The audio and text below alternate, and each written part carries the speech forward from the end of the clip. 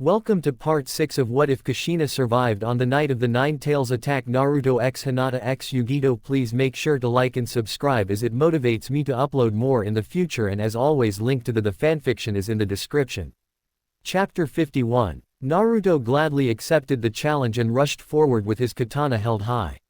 He regretted the problems killing Sasuke would cause for his mom and godmother, but for wanting to attack him and for insulting his mother, Sasuke was a dead man. He would get no mercy. Naruto had faced the Sharingan and knew its hidden weakness, speed. He also knew from countless spars that he was faster than Sasuke. This was a deadlier repeat of the schoolyard challenge so many years ago. Once again Sasuke was challenging him and expecting to beat him solely because he was an Uchiha. As Naruto closed in on him, he could see the black marks across his skin and feel the strange chakra, but had no doubts that his katana would cut him down. Then Sasuke disappeared. One instant he was right in front of him and the next he was gone. The instant after that a fist slammed into his face and sent him flying. He landed about 30 yards away with an aching jaw.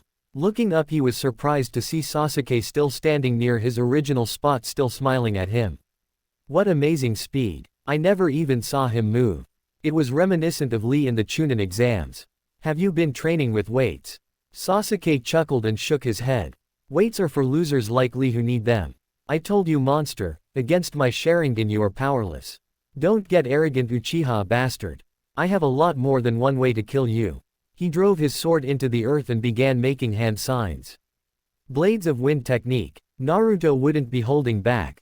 He wasn't really surprised to watch as Sasuke avoided the attack. Itachi had managed to do the same. He had used the jutsu more to test Sasuke's ability than in hopes of killing of him. It did surprise him to see how easily he avoided it. He didn't even seem to be moving very fast. Frowning, he used his next jutsu. Shadow clones technique. 200 clones came into existence. Sasuke smirked and seemed anything but worried. Shadow clones, huh? Remember the first time you showed me this jutsu? Naruto nodded. Sure, it was the first day at the academy and you were being just as arrogant then. Is it arrogant if you can back it up? Go on and attack me, let me show you my real strength. It's your funeral. The clones all pulled out wakizashis and charged forward. Naruto watched as the first wave leapt at him, and slowed down until they were almost standing still. As the clones got within about 5 yards they seemed to go into slow motion. Sasuke, moving at a normal pace, had no problem hitting them and destroying them. As the clones were destroyed he got their memories. To each one there had been no change in velocity, rather Sasuke had seemed to suddenly disappear and move like a blur. In swift order all the clones were destroyed. With the clones gone Sasuke turned towards Naruto and began rushing towards him. Do you finally understand what you're up against? Naruto had gotten set to fight, but as soon as Sasuke got within 5 yards he seemed to disappear. Naruto felt a dozen punches crash into his ribs and chest and his nose being flattened in a shower of blood. He had absolutely no way to defend himself and no time to even try casting a jutsu. He found himself on the ground. Sasuke stood about 7 yards away gloating and reveling at his power. He was remembering every humiliation, every defeat, and every moment of self-doubt he had suffered because of his hated enemy. All of them washed away now.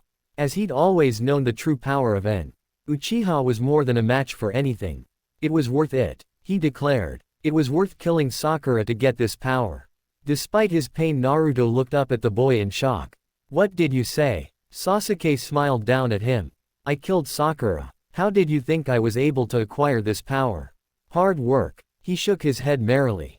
To unlock the power of the Mangekyo Sharingan you must suffer intense grief, the sort of grief that comes from killing your best friend. I don't really have a best friend, so instead I killed the girl I loved. You loved her. You loved her and you killed her. Sasuke nodded. And you did it just to get power. That's right, I did it to get the power I needed to kill you. For just a moment he tried to imagine doing such a thing to Hinata. He sent the Uchiha a look of utter disgust and loathing. You're the monster here, Sasuke, not me. Sasuke glared at him and moved. All at once Naruto seemed to be getting hit by 100 fists all over his face and body. Naruto coughed up blood and spat out a couple teeth as he could do nothing but take the beating. His entire body in pain he was lifted into the air and slammed into a tree. He cried out and crumpled to the ground beaten and bloody. Shut up. Sasuke screamed at him. You're the monster. It's all because of you. It's because of you that Nissen killed father. It's because of you people didn't give me the respect I deserved. It's because of you that I had to do what I did. You're the one to blame for all of it. Naruto tried to laugh but it came out a choking wheeze. You sound angry. Naruto gasped. Good, 'cause I'm angry too. Naruto looked at Sasuke with slitted red eyes. He could feel something dark and terrible coming to life. The sight of Naruto's eyes reminded Sasuke of just what he was toying with. It also told him it was time to end things. Dragon Fire Technique. It was the only fitting end for the Kyuubi, to be consumed in fire. Out of his mouth he spat a white-hot inferno. It completely engulfed the monster who let out a howl that was quickly cut off. Out it poured like his hatred consuming Naruto and all the trees and grass around him. When it finally halted there was a large blaze right in front of him. Naruto had been completely consumed. Sasuke nodded, it was over, and in the end even the Kyuubi was no match for an Uchiha. Burn now and burn in hell.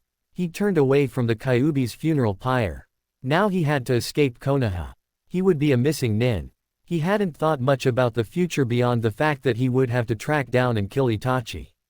Sasuke. The boy froze. He turned around. No, no, no, it can't be.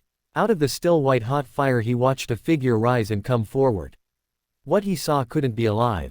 There wasn't any skin. Every inch he could see was blackened. The once blonde hair was ash and the clothes had been burned completely away. On the forehead Sasuke could see a partly melted Hitai fused in place. The arms and legs hung there loosely in mid-air. The entire body was held up by a swirling mass of red chakra. From the back of the mass Sasuke could see 3 distinct tails. It had to be a corpse. No one could be burned like that and be alive. It wasn't possible. But as the terrified Uchiha watched, the eyes slowly opened. The red eyes that were there were very much alive and they were overflowing with hatred. Sasuke. 10 red arms shot out of the mass and came for him. Sasuke was a bit shocked that he couldn't read their movements. They would have crushed him before he'd even taken a step, but they slowed to a near halt when they got in the range of his Sharingan. Leaping away, he knew just what those arms would do to him if they got a hold of him. Instinctively, he knew he had to run if he wanted to live. Leaping the 20-foot metal fence with ease, he escaped into the forest of death. Naruto was drowning in agony.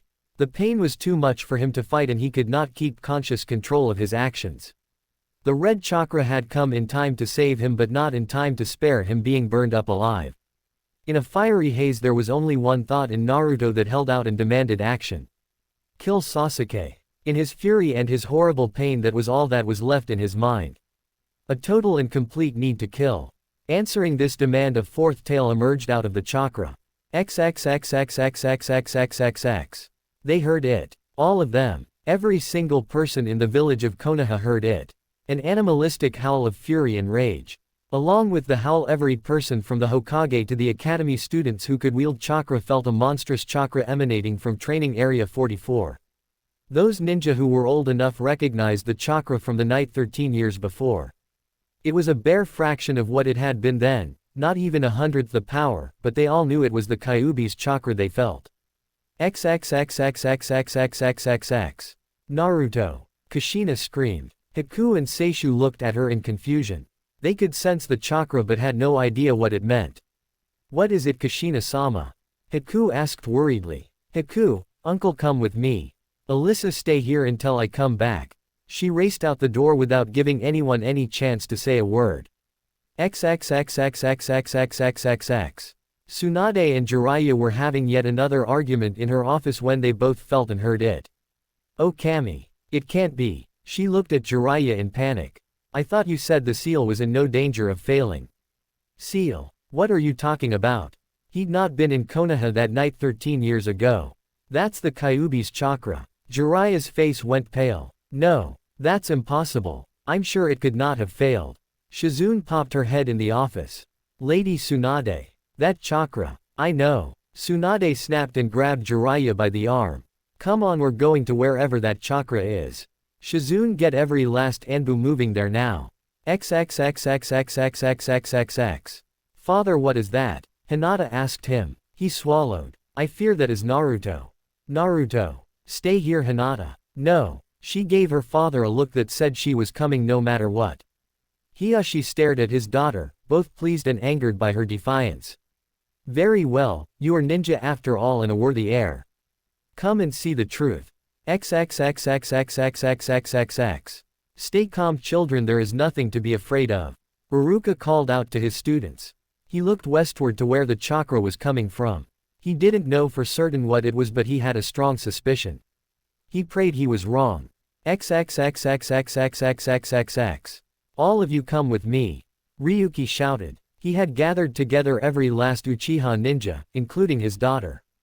But for some reason Sasuke was missing. As a group they headed towards training ground 44. XXXXXXXXXXX. Damn near every Konoha ninja was rushing towards the spot where they felt the Kyuubi's chakra. Only those like Iruka who were on duty refrained. As they began to arrive they saw a fire and the signs of a battle. They also saw a large gap in the fence had been torn open. Before Tsunade even had a chance to bring them into order, hundreds had gone into the forest. Such a powerful chakra was as easy to track as a bonfire in the middle of the night. XXXXXXXXXXX. Kai! He shouted. The 100 explosive notes he set as a trap went off as one directly under the monster. But the monster kept coming without even seeming to notice the massive explosion. The monster seemed like a human-sized fox with 4 tails made of chakra. He'd thrown streams of fire and giant boulders of concentrated fire at it, all to no effect. He'd tried a genjutsu and it had been worthless. He'd been running for his life trying to escape the monster, but no matter what trick he tried it stayed right behind howling at him. It wasn't Naruto anymore, it was the monster in its real form. The only reason he had lived as long as he had was due to the fact that his Sharingan had slowed the attacks enough for him to momentarily escape time and again. But now he was running out of chakra. He wondered if the Mangekyo might have been more effective against the Kyuubi if he'd only had more time to develop it. He would never know. As he fled through the trees he hit his limit and the curse seal bit down on him. He crashed into the ground and could barely move. From behind him he heard the monster's howl. Bitterly he turned around to face his death. In the end he had not been strong enough. As the monster's claws reached for him he had time for a last thought. I'm sorry Sakura. XXXXXXXXXXX. Oh Kami. An Anbu in a falcon's mask said as he came upon the scene. He was the very first to arrive, but others who quickly filled the area whispered agreement. There before them was a miniature Kyuubi with 4 tails. And scattered around it were pieces of some unknown ninja. There was no head to be seen, so it was impossible to know who the Kyuubi had just shredded. But like a cornered animal the Kyuubi had turned to face them and seemed to be getting ready to attack. More and more leaf nins poured into the area. All of them with enough sense of self-preservation to keep a safe distance and not provoke what was before them. Get back all of you! Tsunade shouted as she finally arrived. She turned to Jiraiya. What's happened to him? Jiraiya stared. I think he must have been driven to such a rage that he lost some control over the seal. He swallowed. This form is not the Naruto we know. He had been very careful to speak just loud enough for her to hear. Tsunade paled at the implication. Does that mean the Kyuubi's in control? No, he answered sharply. If this were the Kyuubi we'd be under attack. My guess is that it's some combination of the 2 psyches. Which one is stronger? Tsunade asked nervously. A growl emanated from the 4-tailed being and one menacing step forward was taken. Jiraiya looked nervous. I think we're about to find out. As the ninjas watched and tensed 3 of them ran forward towards the 4 tails. Stop! Tsunade shouted. Ignoring Tsunade's call Kushina came to a halt directly in front of her transformed son. She was only a few feet from him and in easy reach of those claws. Standing just behind her were Seishu and Haku. They were all within easy reach and none of them had any weapons drawn. Kushina held out her arms and looked up at him pleadingly. Naruto-kun, please stop this. You must stop now. The 4 tails halted and looked down at her. Let your anger go, Naruto-kun. Please just stop and let go of your anger. Kushina called out desperately. Another ninja broke away and came to Kushina's side. Please listen to her, Naruto-kun. Hinata cried out. Please stop now and don't hurt anyone. The 4 tails focused on the both of them and then, in a very human gesture, nodded. Like a weary dog the 4 tails simply lay down and rested head upon arms. As they all watched with relief, the tails, one by one, began to shrink and disappear. The red chakra slowly dissipated. Kushina gasped as she saw her son's body. Mercifully he was unconscious now, or else he would have been screaming. On his forehead the metal section of his Hitai seemed to have been melted into the flesh. Her son's body was bloody red except on the back and legs that seemed to be burned black.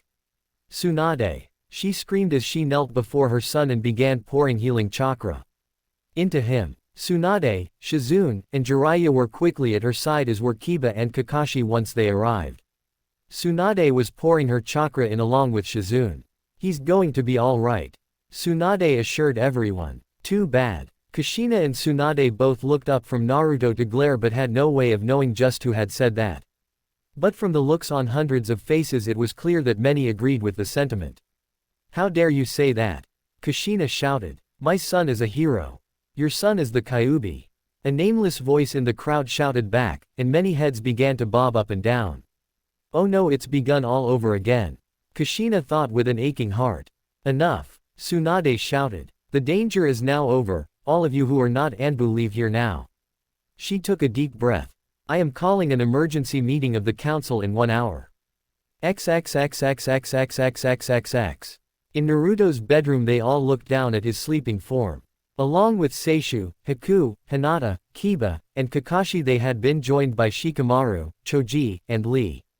Alyssa sat quietly in a chair near his bed looking at him worriedly. "Thank you all for coming to look after him," Kushina said. Since his injuries were not life-threatening she had insisted on returning him home rather than to the hospital. "I have to go to the tower to attend the meeting, please stay with him, and if anyone tries to break into the mansion kill them." "Kill them?" Choji asked in surprise. Kakashi, Seishu, Haku, and Hinata all nodded. "I hope it doesn't happen, but some people may want to attack him because of this." Kushina sighed. "If you want to leave now I'll understand." Choji shook his head. "No one made to leave.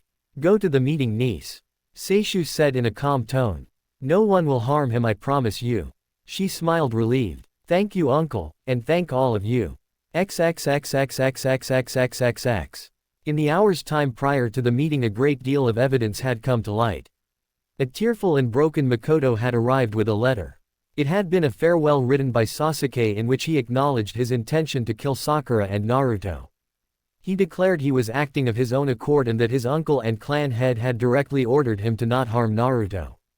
In the meantime the body of Haruno Sakura had been discovered. Inuzuka Sume personally vouched for the fact that Sasuke's scent had been both at the scene of death and in her bedroom. All this had the effect of silencing Uchiha Ryuki. It was now clear that Naruto had killed Sasuke in self-defense. Therefore no charges can be filed against Naruto. Tsunade said. She wanted to get everyone's agreement and wrap up the meeting as quick as possible. "I am glad that this has been settled. I beg your pardon Hokage-sama," Kaharu spoke up. "But you cannot ignore the matter of the Kyuubi.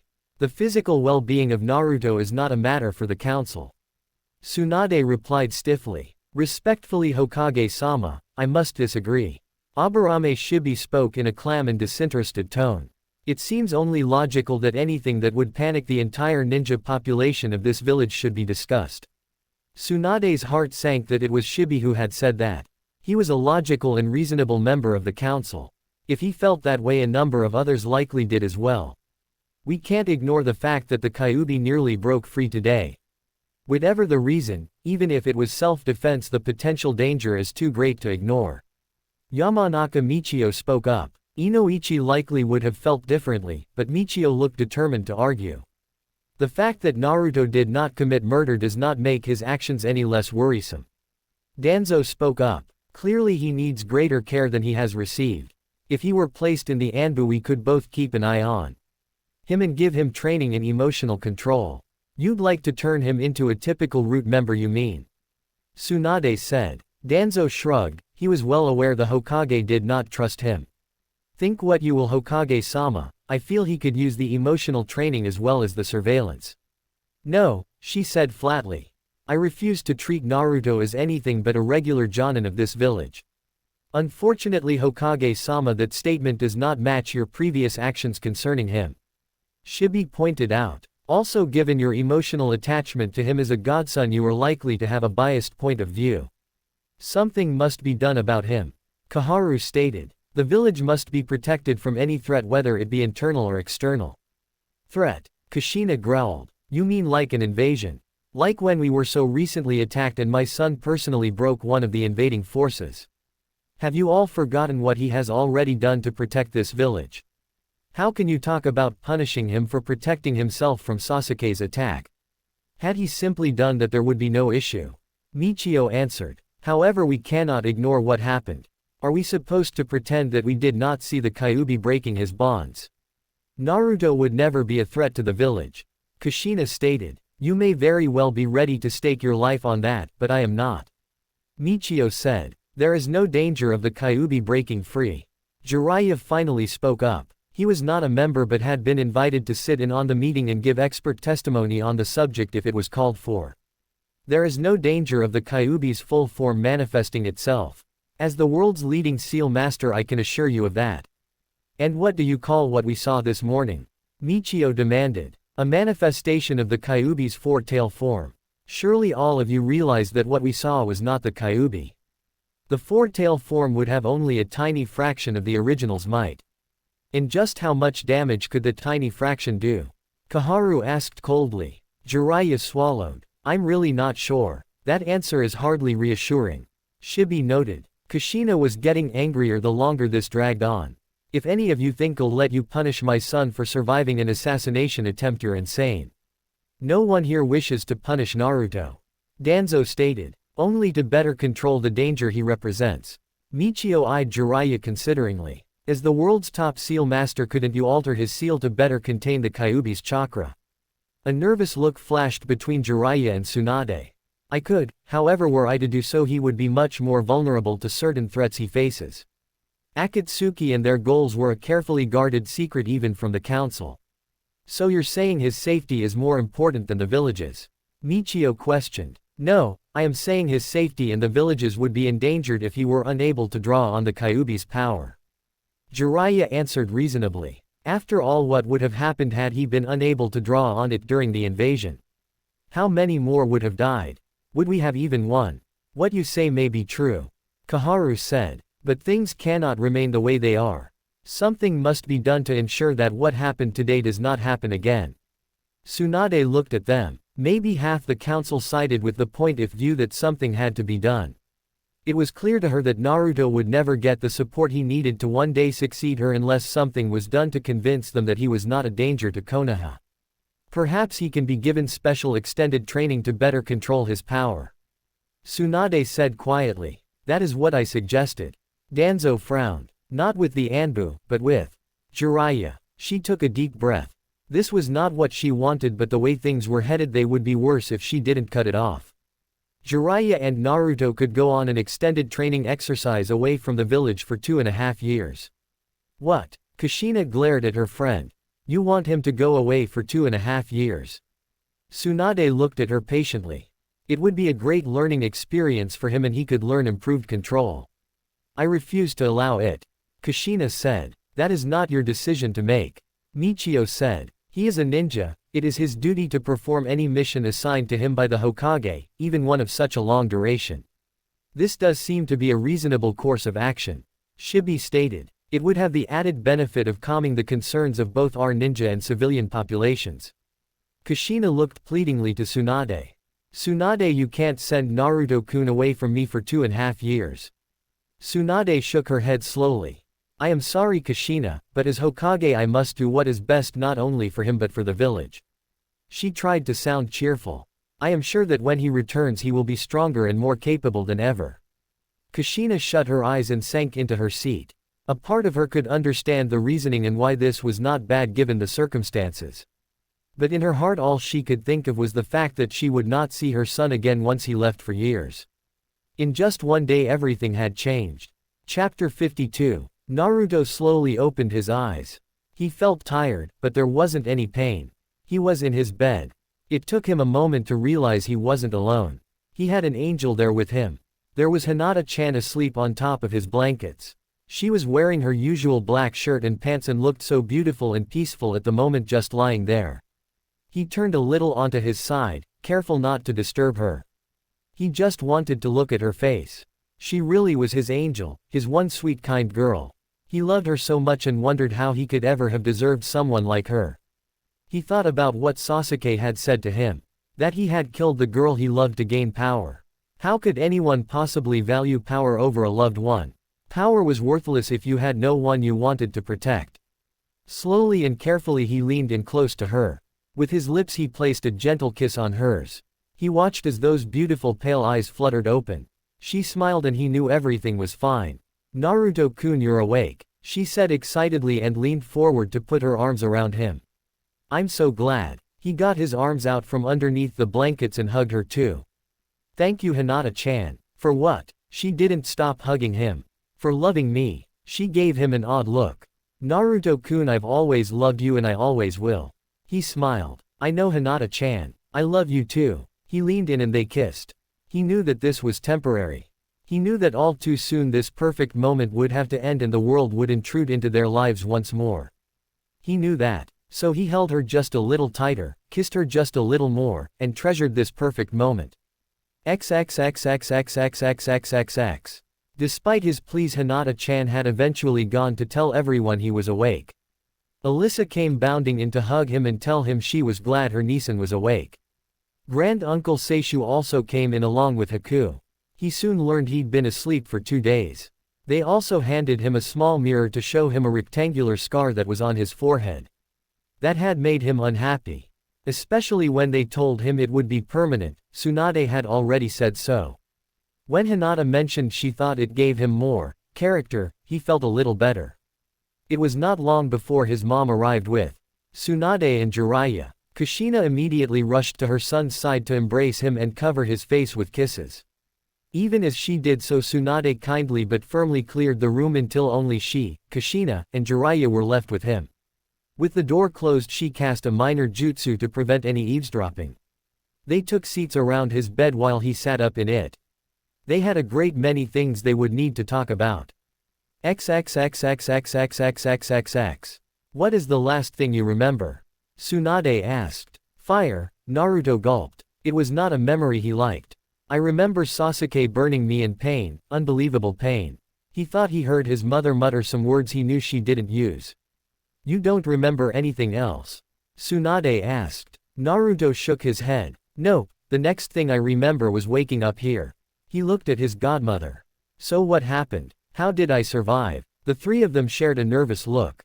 What happened? We'll tell you in a little while, Naruto-kun. But there are other things I'd like to ask you first. Tsunade stated. Godmother, while we were fighting, Sasuke told me he killed Sakura. Did he really? A sad look entered Tsunade's eyes and she nodded. Yes, he did. He deliberately murdered her prior to meeting you. He actually left behind a letter stating his intentions to kill the two of you and taking the full responsibility for it. She sighed. We don't know why. He said he killed her to get power. He had a more powerful version of the Sharingan. He called it the Mangekyo Sharingan. Naruto frowned fiercely. If it hadn't been for that, I would have crushed him. As it was, it made him a whole lot more powerful. He said the only way to get it was to suffer a terrible grief and loss, so he killed her to get the power he needed to kill me. Funny how Ryuki never mentioned that. Kushina said darkly. I think I'll have him pay me a visit and see if I can jog his memory. Tsunade said. She looked at Naruto and took a deep breath. She was not eager to begin. Naruto knew his godmother well. She never had trouble speaking her mind. He saw the looks on his mom and pervy granddad. Something really bad happened, didn't it? He asked in a quiet tone. Kushina got up from her chair and sat on his bed next to him. She draped a comforting arm around his shoulders. Yes, it did, Naruto-kun. But try to remember that what happened was not your fault. A sudden panic filled him. Mom, whenever you say that, it always has something to do with the Kyuubi. Kushina slowly nodded. It does, son. XXXXXXXXXXX. They calmly explained to him just what had happened. The more they told him, the more upset they could see him getting. I lost control of the Kyuubi. He sounded frightened. Jiraiya spoke up for the first time. Kid, if that had happened, none of us would be here right now. The truth in those words bit hard. That seal your dad placed on you has weakened a bit, but it's not about to break. The Kyuubi cannot break free while it remains intact. The four-tailed form that was unleashed was a manifestation of the Kyuubi's and all things considered a relatively weak one. The pain and rage you felt from Sasuke nearly burning to death must have been enough for you to bring it forth. You already know that your anger brings out the red chakra cloak. Well, this was an extension of that, but to a far greater degree. He looked at Jiraiya. But I wasn't in control, was I? A part of you was.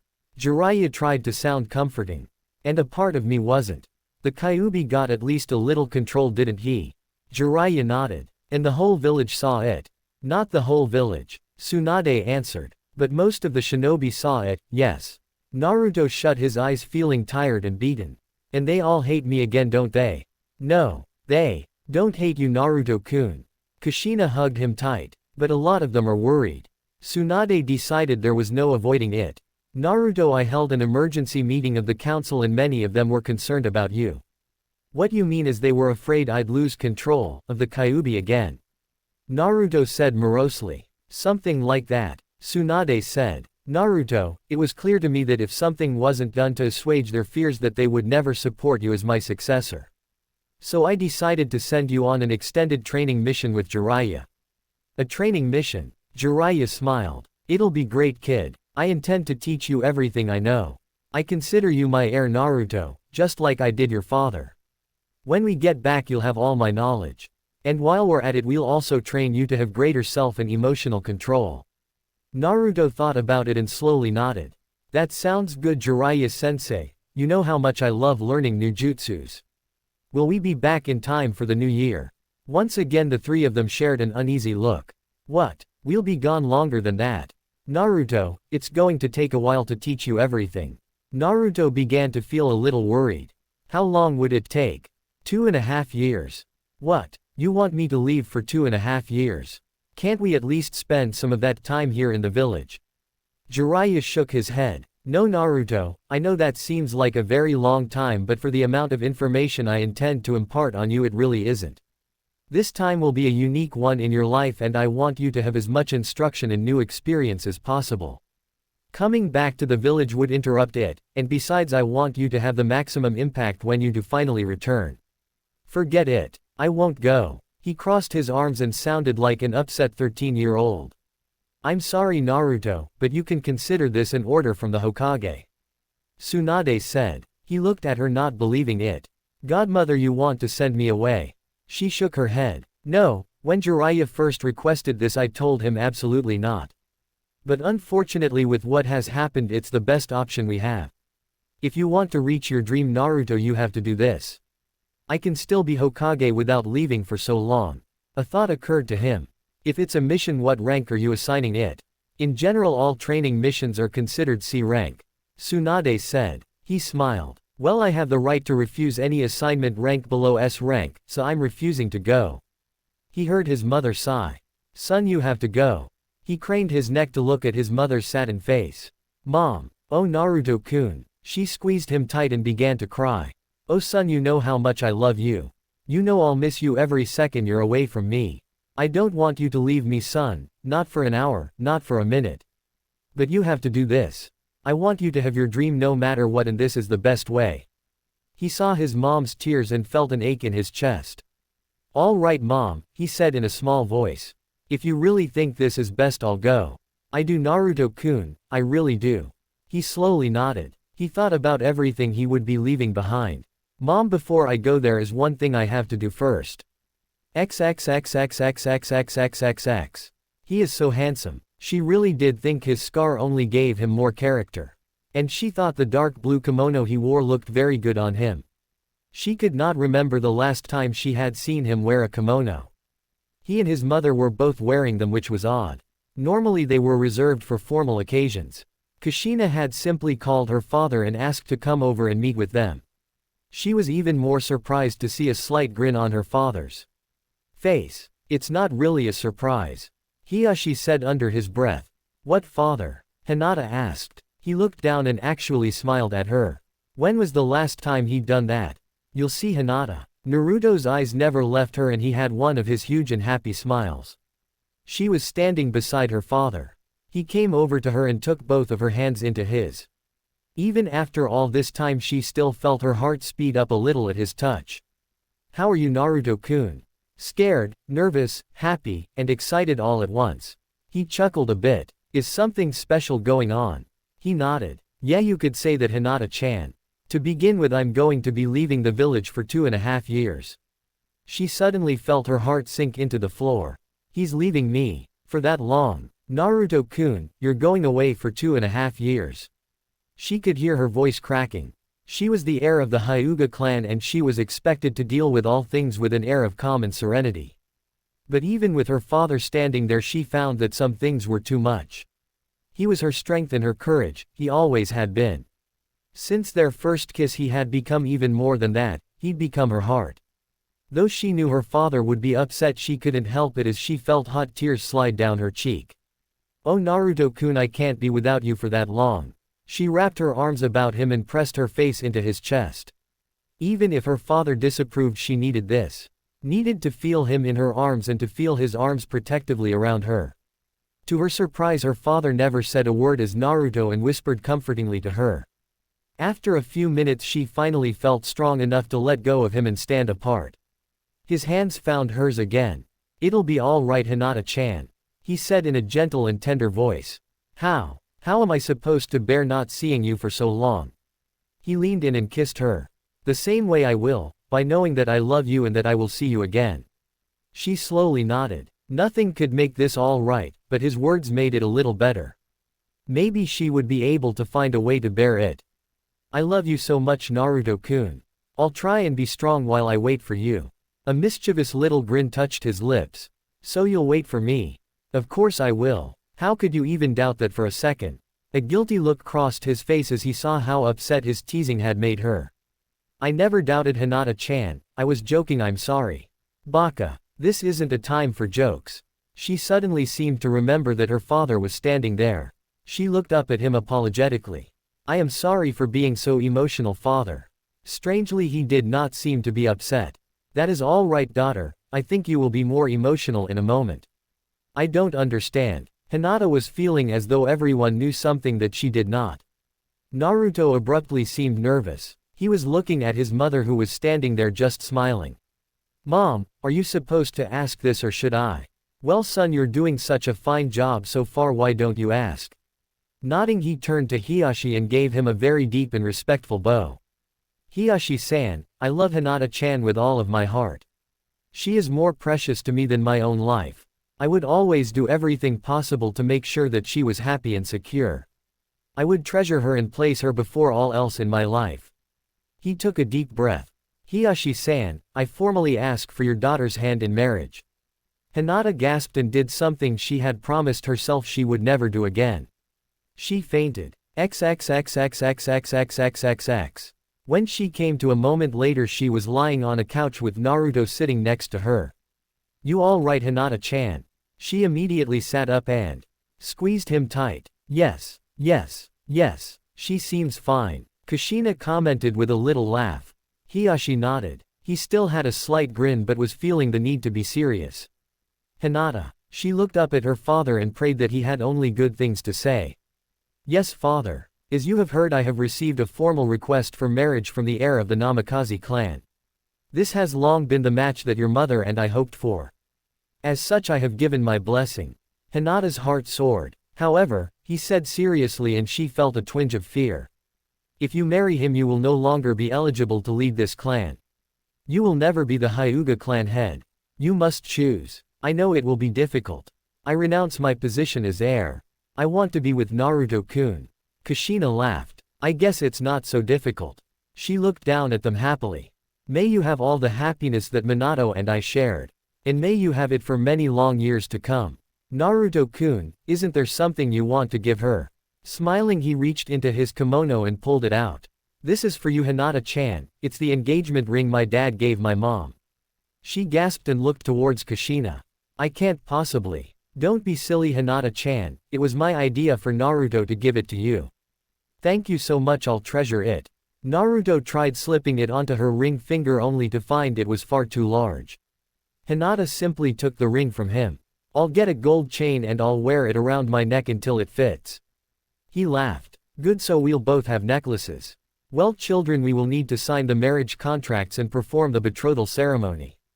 Hiyashi said. Let us take care of all of this now and then the two of you shall be formally betrothed. Taking her hand, Naruto walked close by her side. She was at once very happy and yet sad as well. This was what she had always dreamed of, to be with Naruto-kun as his wife. Now she knew her dream would come true one day. But he was still leaving. She gathered her strength. She knew she would miss him terribly, that she would ache to see him and hear the sound of his voice. But she would be strong for him. She would train hard to become stronger and be the sort of woman who would always be able to help him when he needed her. XXXXXXXXXX. An Anbu captain stood before her in her office. You wanted to see me, Hokage-sama. Tsunade nodded. I did. Please remove your mask, Tenzo. Nodding, he did so. I have a very special mission for you. One that only you can perform. She shook her head a bit. One that I am afraid will take you away from this village for years. He bowed to her. Hokage-sama, all Anbu are the personal weapons of the Hokage. Whatever mission you feel I am needed for, I will accept and perform to the best of my abilities. I don't doubt it. Were you present for the events that took place 2 days ago in the Forest of Death? Hi. If things had ended differently, I would have ordered you to use your Mokudan ability to suppress the Kyuubi's chakra.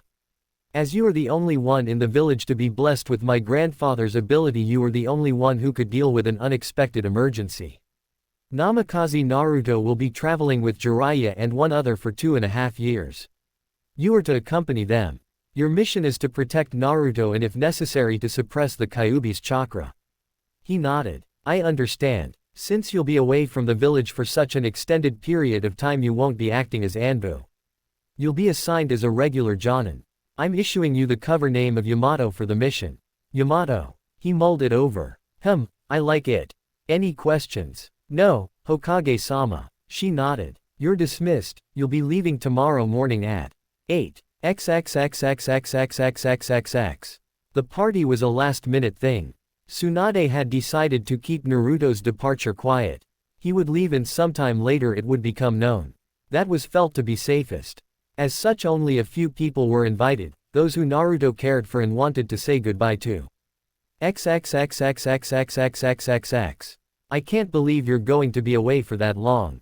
Kiba said, and Akamaru barked in complaint as well.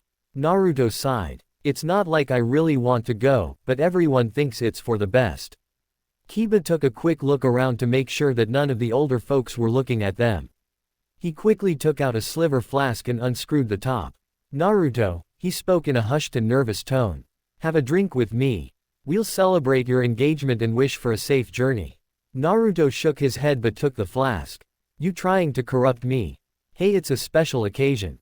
Now hurry up before your mom spots us. He laughed and took a quick swig. He made a face and handed it back. Oh, that's nasty. Kiba took a drink and made a similar face. Yuck, it really is. Naruto laughed. I'm going to miss you, Kiba. XXXXXXXXXXX. Here. Kakashi proudly handed him a familiar-looking orange-covered book. His eyes darted about on the lookout for Kushina and Tsunade. A long journey is always better when you have good reading material. Everybody's trying to corrupt me tonight. He took the book and hid it. You know I don't like this stuff. Kakashi shrugged. You're getting older, maybe it'll grow on you. Kakashi gave him one of his rare serious looks. Listen, Naruto, there is something I want to tell you before you go. I don't normally say this, but I want you to know I am very proud of you. You are the best Otuto, and the best teammate anyone could ever ask for. I know that if Sensei were alive he'd be just as proud of you as I am. With a wide smile he gave Kakashi a big hug. Thanks, Nissan. No one could ever ask for a better older brother or sensei. XXXXXXXXXXX. But why do you have to go, Nissan? Alyssa said. Because I am a ninja and this is a mission. But I thought the Hokage liked you. Why is she sending you away for so long? He smiled at her sadly. Imo Uto, you know I am the Kyuubi's container. This mission has something to do with that. She looked up at him sadly but with some understanding. They hadn't known each other for that long but she had come to think the world of him. I'll really miss you, Nissan. I'll miss you too, Imo Uto, and I promise that I'll play with you again when I come back. She smiled. Can I braid your hair again? We'll see. XXXXXXXXXX. Checkmate. He looked at the lazy ninja suspiciously. Did you let me win? Shikamaru shrugged. Maybe, so you and Hinata are really engaged. We sure are. Shikamaru smirked. Worried someone might take your place. Nope, I just realized that there was no one else I would ever love as much as her and no one else I wanted to spend my life with. I just wanted it to be official before I left. I wanted her to know that I was ready to make a lifelong commitment to her. Shikamaru shook his head. You know Naruto, you've let her have too much control over you. Man, it's troublesome when you let a woman have that much power. Tamari came over and took a hold of his arm. Come on lazy, I like this song, dance with me. But, now, she hauled him to his feet and dragged him to the dance floor. Naruto watched with a smile on his face. Lucky guy. XXXXXXXXXXX. Lee sat by himself. He'd come to support his friend and say goodbye. He did not feel much like celebrating. Sakura's funeral had been that morning. I am very sorry Lee, I know what she meant to you. Lee turned to him and bowed. Naruto-san, you avenged her death, and for that I thank you. For that and much else I will always be in your debt. But, if you do not mind, I think I will go home now. Sure, he had trouble with what to say. Lee, I truly believe that time will help. Time really does heal all wounds. Though there are sometimes scars. Lee didn't really believe that but bowed again anyway as he left. Arigato, Naruto-san, I wish you a safe journey and return. XXXXXXXXXXX. Near the hallway entrance, Kushina and Seishu watched as the newly engaged couple danced. How can I be so happy and upset at the same time? Kushina asked. Seishu put a comforting hand on her shoulder. I believe it's called being a parent. She nodded. Thank you again uncle for agreeing to accompany him. It is both my pleasure and my honor. I will protect him with my life. Kushina let out a sigh. He's my little boy, it's hard to think he will be 15 when I see him again, and he'll be married not long after that. Seishu nodded. Given what our lives are, ninja should marry as soon as possible. Hinata's birthday is December 27th, they will likely marry the following spring. She shook her head. Well, at least there will be plenty of time to plan the wedding. They watched in silence for a while as Hinata and Naruto danced together, oblivious to everything except one another. He heard his niece mutter something beneath her breath. I'm sorry. She looked at him with a cheerless set. I said it's not fair. Naruto has suffered hatred for something that was never his fault. He alone has borne a terrible burden for the sake of this village, for which many have tried to murder him. Despite that, his love for Konoha and its people has never wavered. He has fought for them, killed for them, risked everything for them, and how did they thank him? They force him to leave. It's not fair. He looked at her sternly. No Kushina, it's not, but the world is rarely fair, especially not to we who are ninja. You know this. Take the joy you can and try to leave the sorrow behind. Enjoy the sunlight while you can, for night comes. She nodded, that was good advice. For ninjas especially, the night could come with surprising swiftness. XXXXXXXXXXX. Pardon me, but might I have a dance with the handsome young man? Naruto and Hinata were surprised to see Kushina standing there smiling at them. Hinata laughed. I don't mind, unlike Ino I'm sure you'll give him back to me.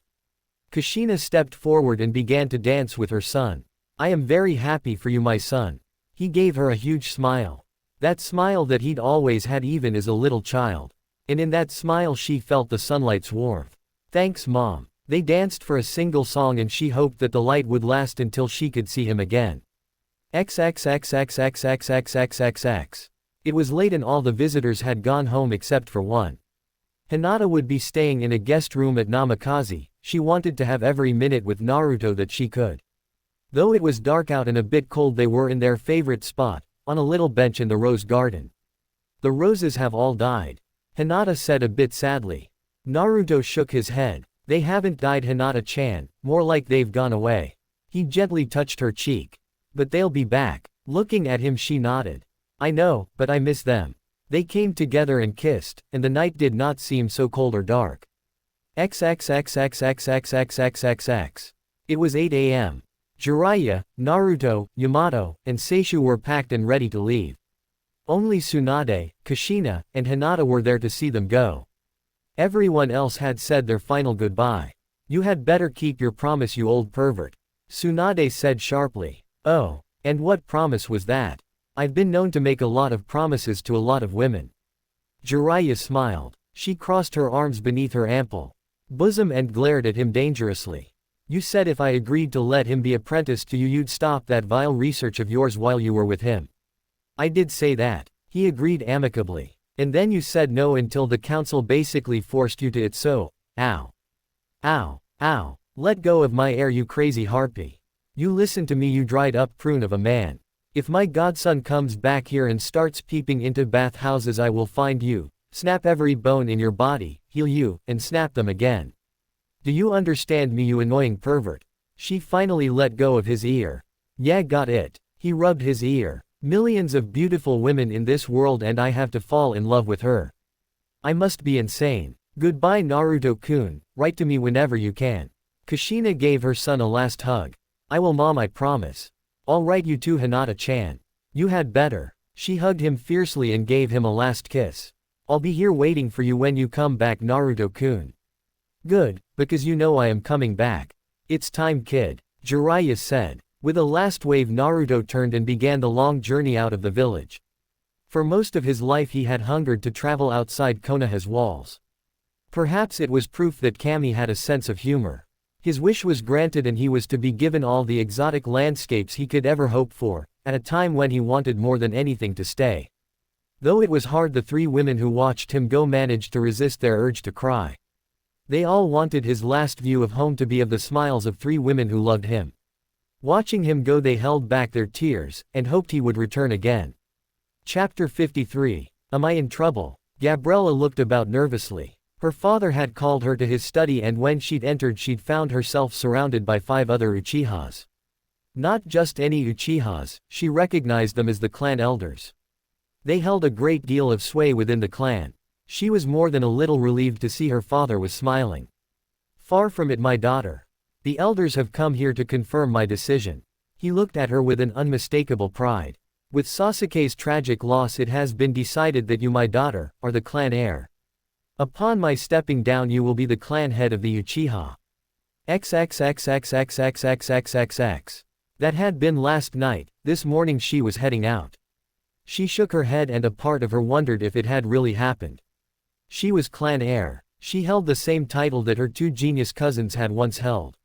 Her, the failure, the one who got booted by 2 teams, and been given up on by her whole clan.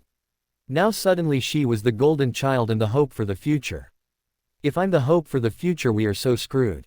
She muttered to herself. Her dream had been to earn her father's and her clan's respect, which she had done.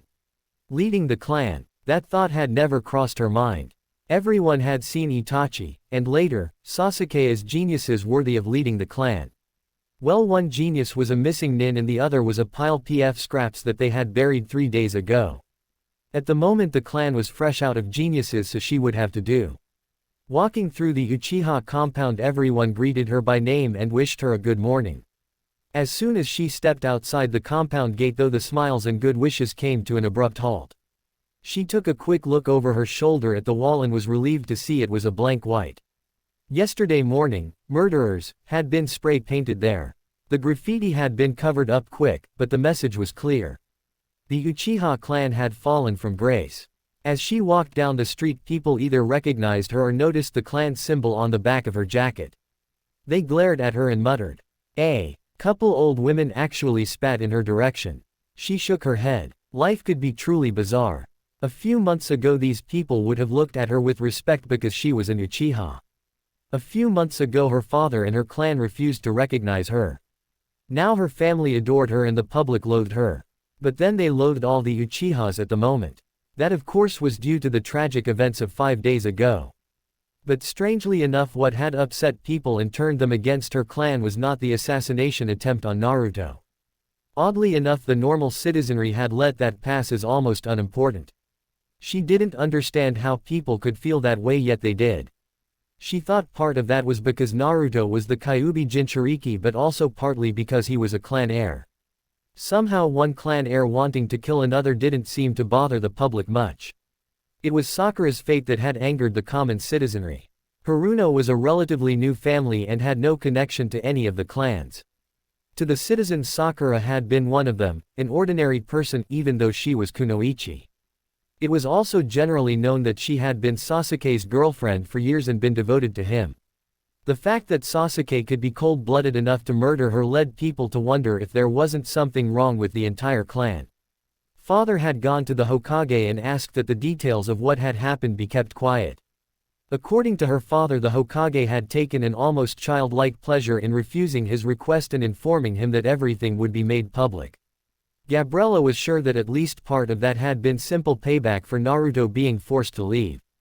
If Naruto had to suffer for what had happened, she was going to make damn sure the Uchiha suffered as well.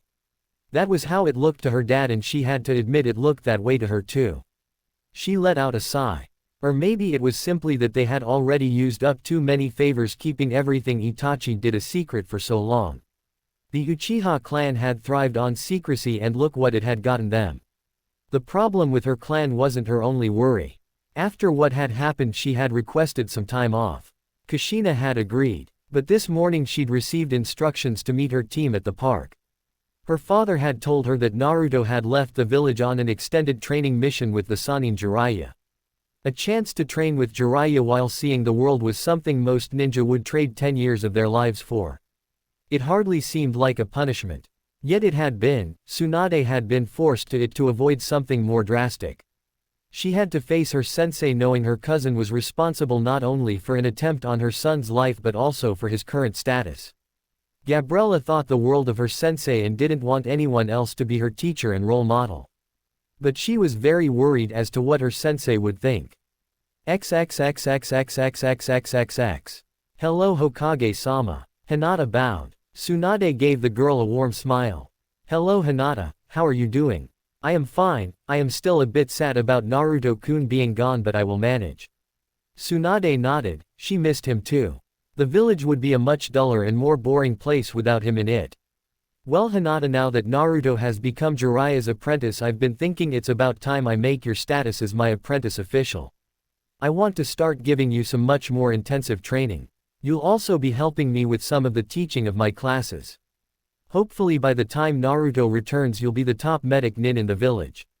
Hinata smiled at that. That was exactly what she wanted.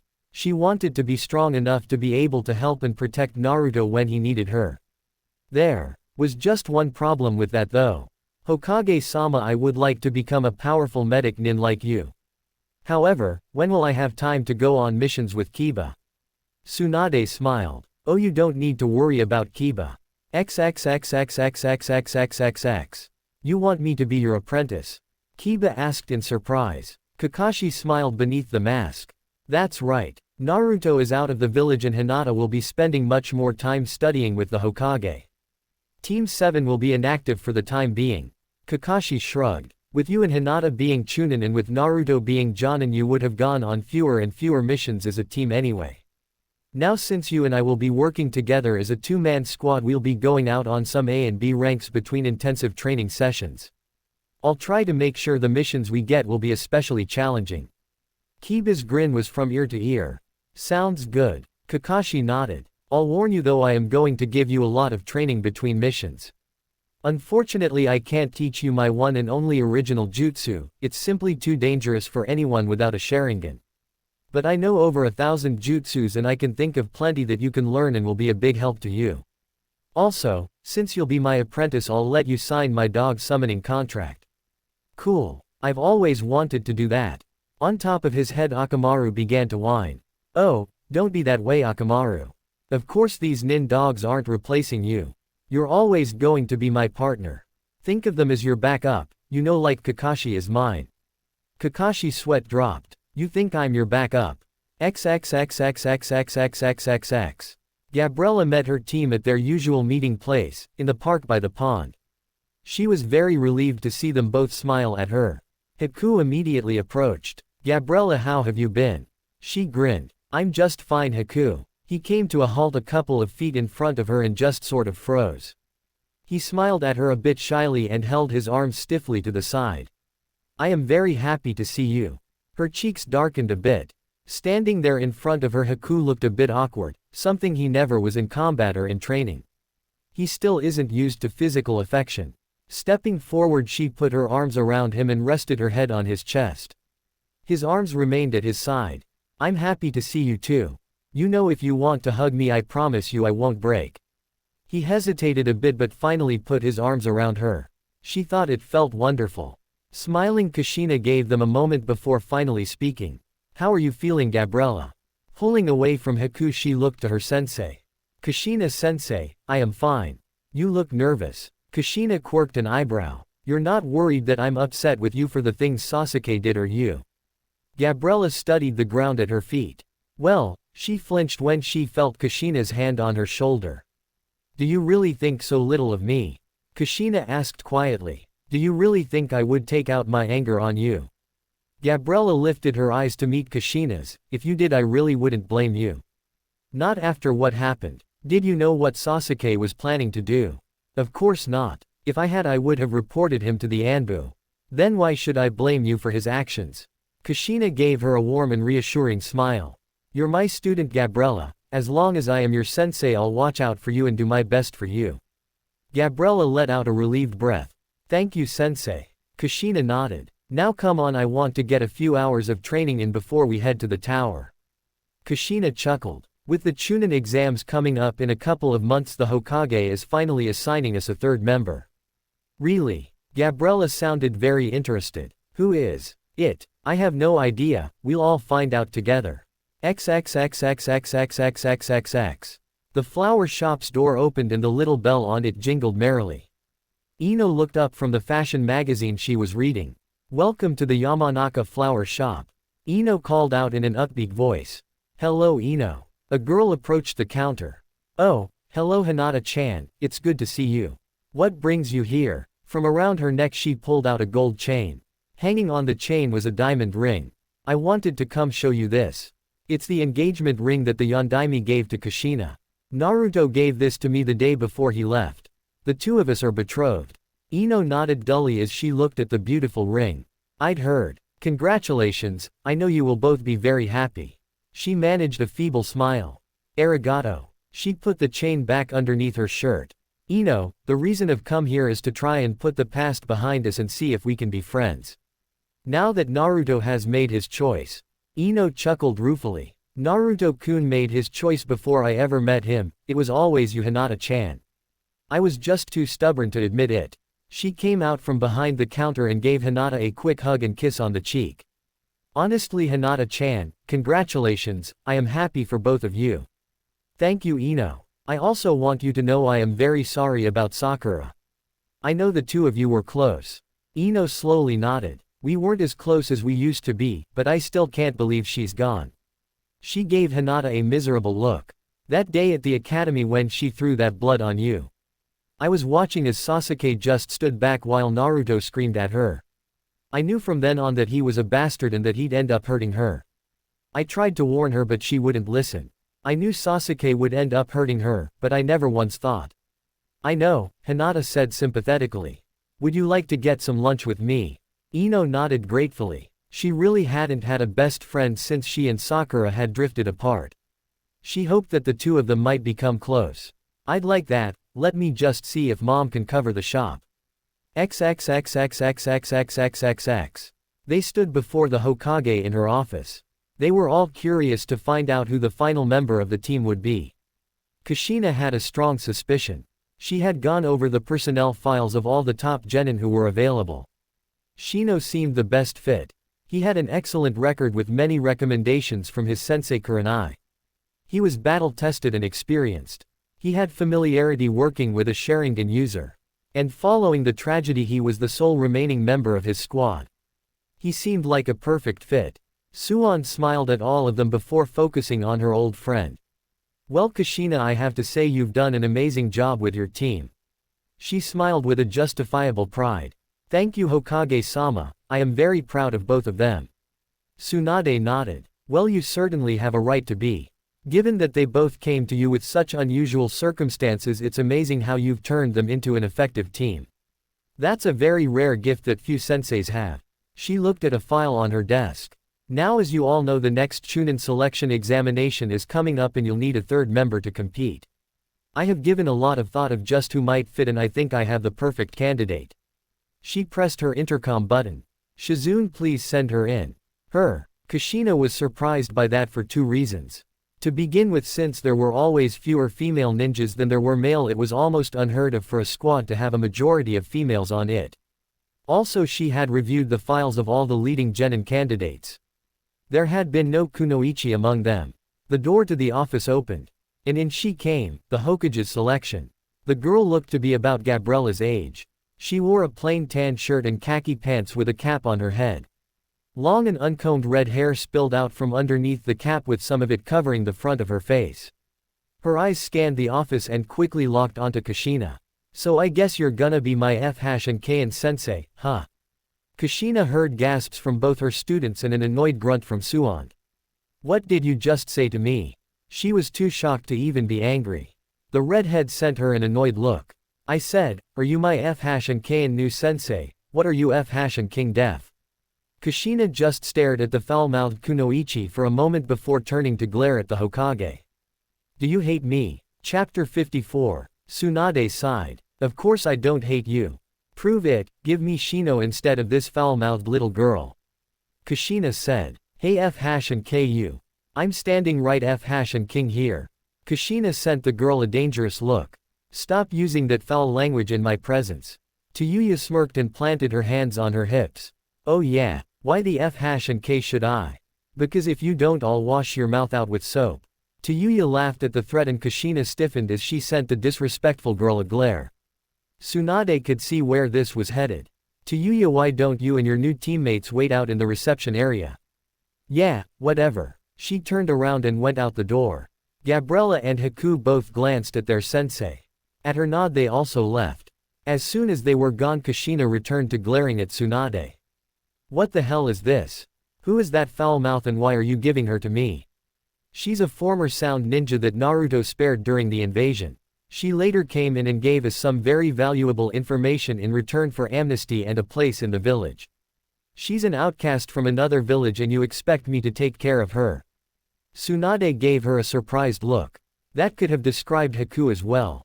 Kushina shook her head. Haku was different. He was always respectful and good-natured.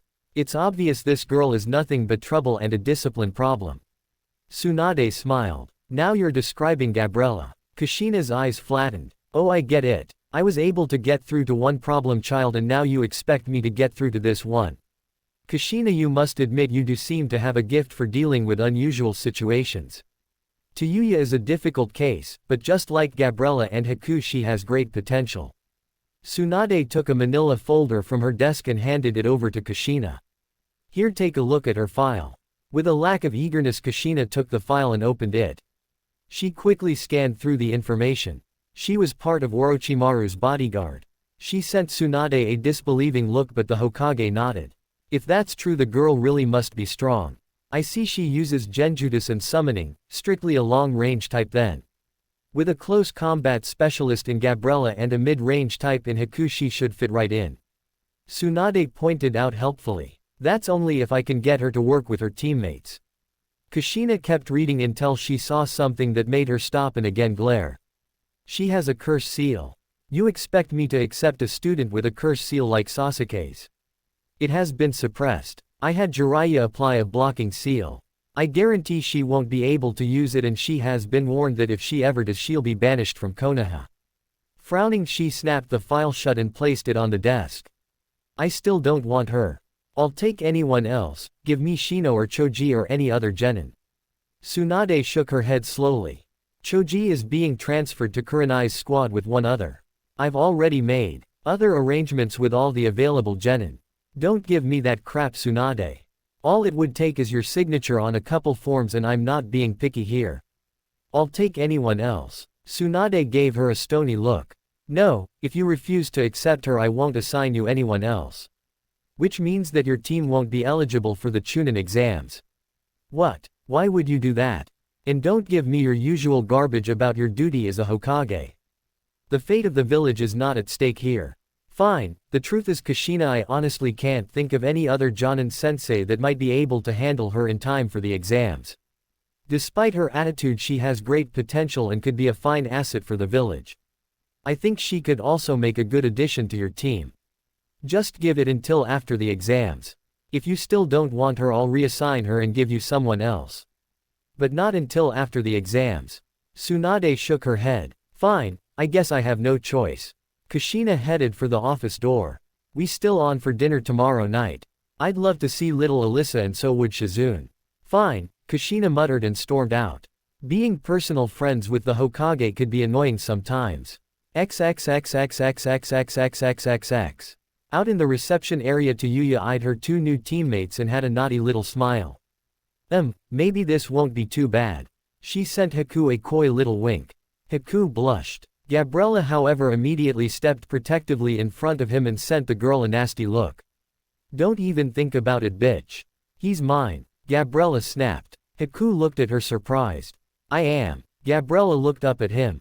Well, I sort of thought. Toya laughed slightly. Funny, he doesn't look like he belongs to anyone. So what's your name, cutie? He gave her a polite bow. I am Mamashi Haku. Boy, you're F-and king polite.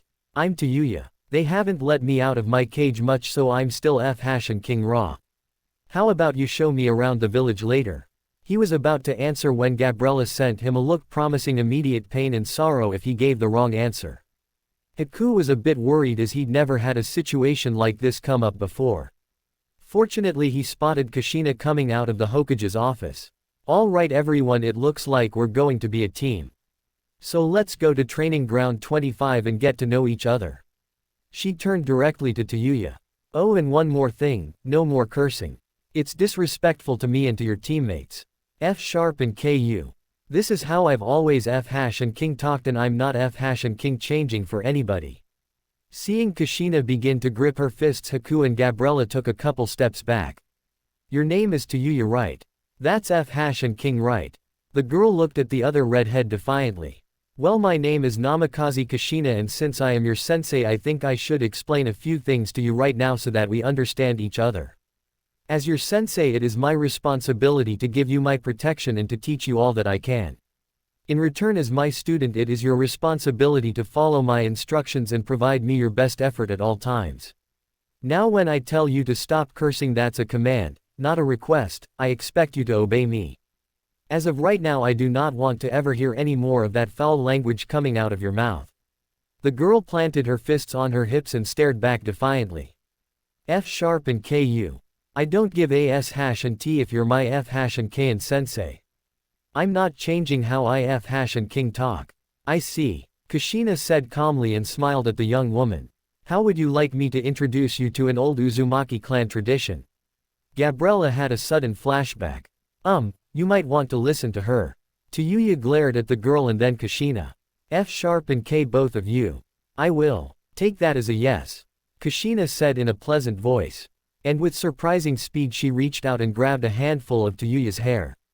She yanked the girl's head down to waist level and began to painfully drag her out of the reception area and down the hall. Ow. What the F# and K are you doing, you crazy F# and king bitch? Let go of me, bitch. I said let me F# and king go. Toya howled and fought like hell to get out of Kushina's grip. Her arms flailing about and her shouts were ignored as Kushina dragged her along. Shizune, the secretaries, the Chunin guards, the others waiting to meet the Hokage, all joined Gabriella and Haku as they watched Kushina drag a still fighting and cursing girl into the women's room. What is going on out here? Tsunade came out of her office. Sensei is introducing the potty mouth to an Uzumaki clan tradition. Gabriella answered with a straight face. I see. Tsunade shook her head and went back to her office. From the women's room they could hear Toya screaming and then heard her voice being garbled. What do you think Kushina-sama is doing? Haku asked. Sounds to me like she's drowning the bitch. Gabriella answered conversationally. Haku looked worried. Should we help? Gabriella shook her head. No, I'm sure Kushina can drown her without our help. Haku gawked at her. I mean, should we prevent Toya's drowning? Gabriella smiled. Hell no. The sounds of struggling continued for several more minutes before they finally quieted down. The door swung open and out stepped Kushina. Gabriella noticed immediately that the front of her clothing was wet. Sensei, what happened? Gabriella asked. Kushina wore a grim but satisfied smile. I washed her mouth out with soap. Gabriella stared at her. You're joking. The women's room door swung open again. Out stalked a furious-looking Toya. She looked like a drowned cat. Her hair was hanging down in wet matted clumps. Her shirt was soaked and Gabriella could see the girl didn't believe in bras. From Haku's sudden blush she knew that he'd noticed as well. Toyuya coughed and a few soap bubbles came out of her nose. Now then, Kushina spoke with a deceptive calm. Are you going to curse anymore?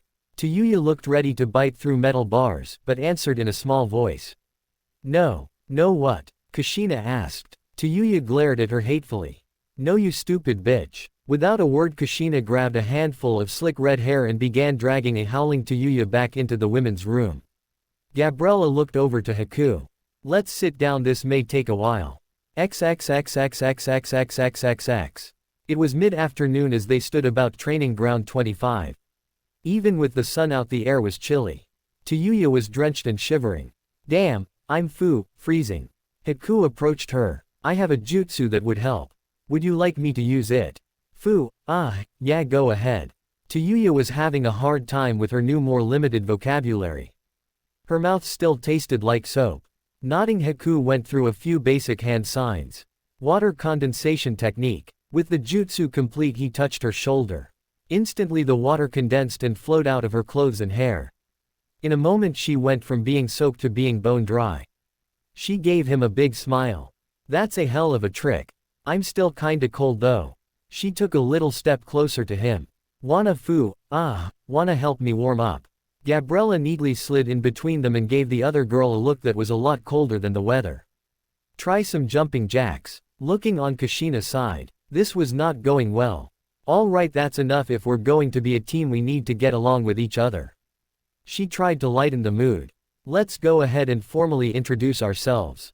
I'll start. I am Namikaze Kushina, clan head of Namikaze. I like my son, my students, and my little Alyssa-chan. I dislike anything or anyone who threatens the people I care about. My only dream is to see my son become Hokage. She looked at Haku. Why don't you go next? Haku nodded. Hi Kushina-sama. I am Momochi Haku. I like my pet bunny, Kushina-sama, Gabriella, Naruto, and my friends. I dislike anyone who threatens those precious people. My dream is to grow strong enough to protect the people I care for.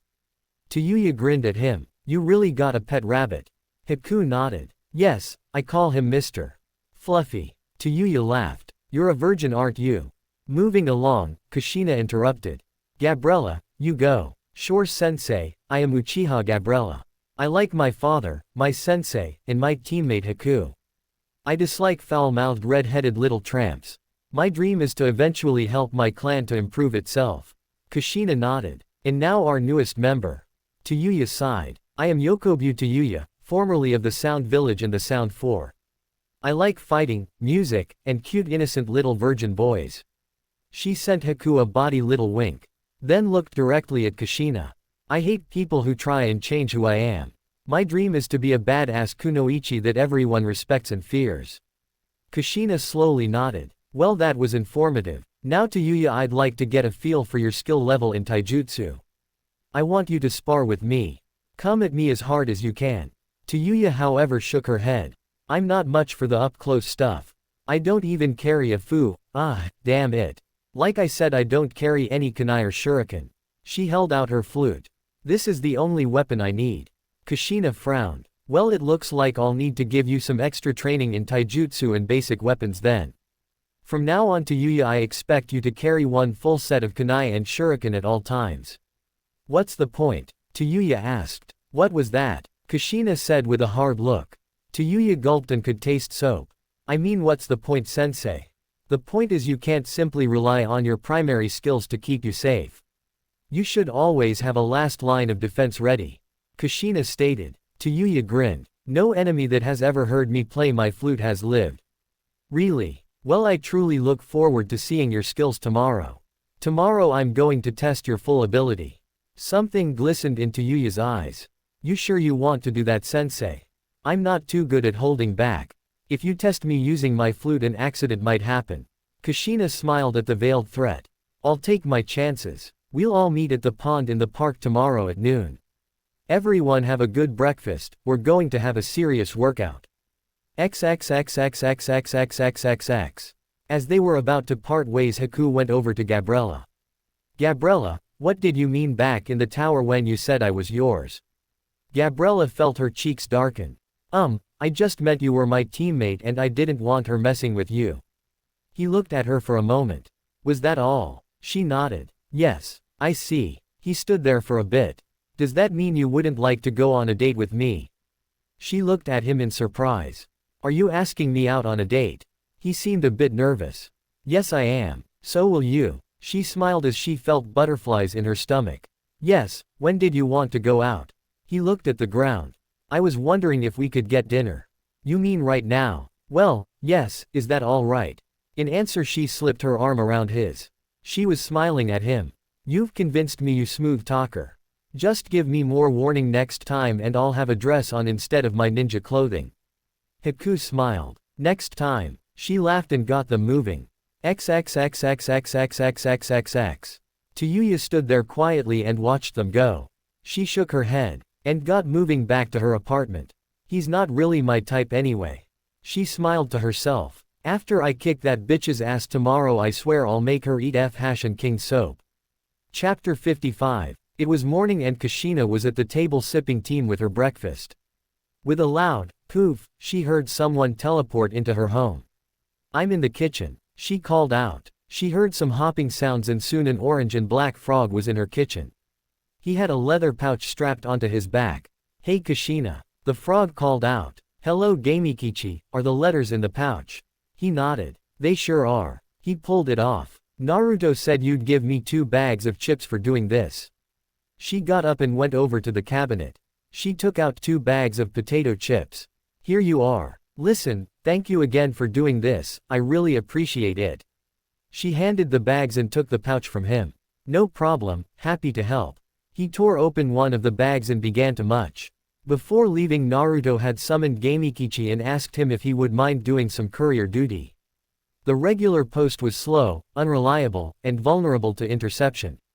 Also since they would be constantly on the move and undercover there would be no way for Kushina and Hinata to write back. By using his summons Naruto solved all those problems and allowed both of them the chance to write to him. They would also get the correspondence immediately rather than in weeks. Opening the pouch Kushina found 2 reports for the Hokage, one from Jiraiya and one from Yamato. They were low priority so would deliver them after breakfast. She was happy to see that her uncle had taken the time to write her. Then she pulled out 3 more letters. They were all from Naruto, one was addressed to her, and the other 2 were for Hinata. She chuckled. I wonder if I should be jealous. Huh? Gamikichi asked around a mouthful of chips. Nothing. She placed a pair of letters, one hers and one Hinata's in the pouch. She also put a package in as well.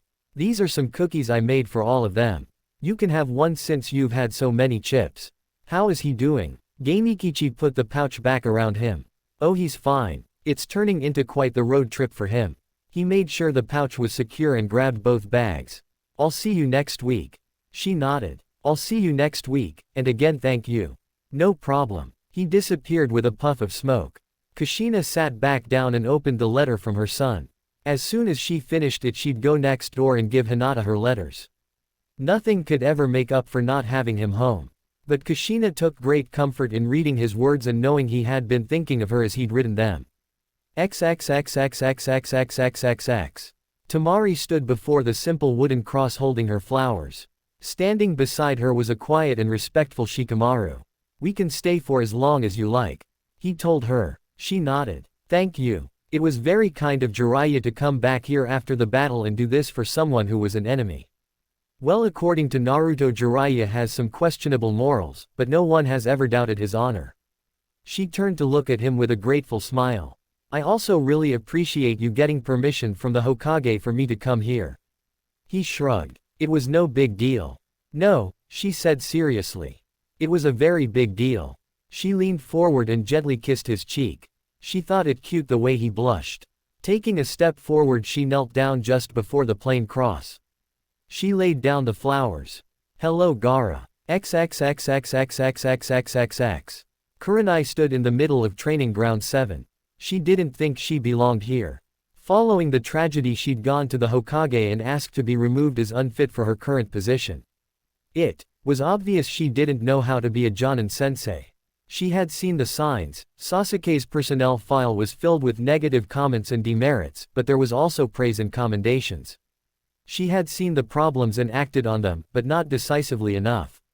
Sasuke had been over-emotional and a bit insubordinate at times, but he had never crossed the line. He had never done quite enough to deserve suspension or restriction. As for Sakura, she had completely failed the girl. From the very start she'd understood that her relationship with Sasuke was poisonous. She'd tried to warn Sakura a couple of times. When the girl refused to listen, Kurenai decided to allow her to learn from her own mistakes. She hadn't wanted to end up with Sakura hating her. I completely misjudged the situation. If I had been stronger, if I had been stricter, maybe they'd both still be alive. She had gone to the Hokage and asked to be relieved. Lady Tsunade, however, had refused to release her from her obligations. The Hokage had told her that no one had seen what was coming and that she was not to blame for it. The Hokage still believed in her. So she would try and learn from her mistakes and do her best for her new squad. XXXXXXXXXXX. When Shino arrived, he and Kurenai shared their usual polite greetings. They'd had their heart-to-heart previously. Despite the dimensions of the tragedy, Shino had dealt with it with a minimal of internal turmoil. He regretted the pointless deaths of his teammates. Yet he knew he had made an honest effort to help them. He had done what logic had dictated. He was willing to admit that he had underestimated the trouble, but then so had everyone else. Even now he could not understand what had driven Sasuke to such an act. In the end, it only confirmed for him the wisdom of his clan's devotion to logic and rationality. XXXXXXXXXXX. They were soon joined by their two new members. One was Akamichi Choji, who was familiar to both Shino and Kurenai. The other was a slightly older boy with dirty blonde hair and an easy smile. To help break the ice, Kurenai had decided to have a question and answer session. I'm a medic nin. Noble had informed them. I'm an expert in the use of all sorts of poisons. I prefer to fight with senbons and medical jutsus. I was in a class being taught by the Hokage when she assigned me to this team. I've been to one previous Chunin examination, that was the one a year ago in grass. I'm hoping to do better this time. How did you decide to become a medic nin? Choji asked. Noble frowned a bit. A close friend of mine interested me in it. Kurenai had read his personnel file and knew who that friend was, Kabuto. She also knew Noble had been questioned by the Anbu and released. He had been one of the many people who had been fooled. I'm not concerned about the past, Kurenai said. All we can do is learn from it. She saw Noble nod gratefully. As of now, you are all members of Team Kurenai. We have 2 months to get ready for the Chunin exams being held in Mist. I intend to work you all very hard to build up not only your individual skills but your teamwork. Let's make this a strong team where we all look out for each other. Seeing them all nod, she felt some hope for the future. XXXXXXXXXXX. As was his normal habit, Haku was the first to the meeting point. He liked coming early so he could feed the ducks. He had just started feeding them when he heard it, music. It was a sad tune drifting in on the breeze from somewhere else in the park. There was something about the melody, something filled with despair and longing. It somehow brought to mind a snowy little village, and a happy time that was lost. He quickly tore up the bread and tossed all of it out onto the pond. Then he went in search of the melancholy tune. XXXXXXXXXX. She had come to the park early. The bitch had warned her she'd be doing push-ups if she was late. She'd found a quiet spot in the wooded part of the park and begun to play. In her whole miserable life there were only 2 times when she felt happy. One was when she was in the middle of a life and death fight. The other was when she was playing music. When she'd been younger, she'd wanted to play for others. She wanted them to feel the same happiness and joy the music always gave to her. But these hash and ols never did. All people ever did was ignore her or else make fun of her. She'd learned to only play for herself. She came to the end of her song and took the flute from her lips. That was beautiful. She jumped. She turned about to see him standing just 10 feet behind her. S-T. What the F-K is wrong with me? How could I let him F-King sneak up on me like that? What the F-K do you want? Toyuya demanded. Haku looked at her in surprise. I thought you had stopped cursing. Only when I am around that F-King bitch. He frowned at her. Please do not speak of Kushina-sama that way. Why? Are you going to F-K and tell her what I said and try to get me in trouble? No, his answer surprised her. However, I do not wish her to be spoken of with disrespect. I do not allow the people who are precious to me to be insulted. She glared at him. So you still haven't told me what you F-K want. I just wanted to listen to you play. She sneered. Is that supposed to be a F-K joke? Nobody likes to hear me play. I do. Haku answered simply. I am sorry if I have disturbed you, I just wanted to tell you I liked your music. He began to walk away. It will be noon soon, you don't want to be late. She stood there for a bit and watched him go. Not sure what to think of him. XXXXXXXXXXX.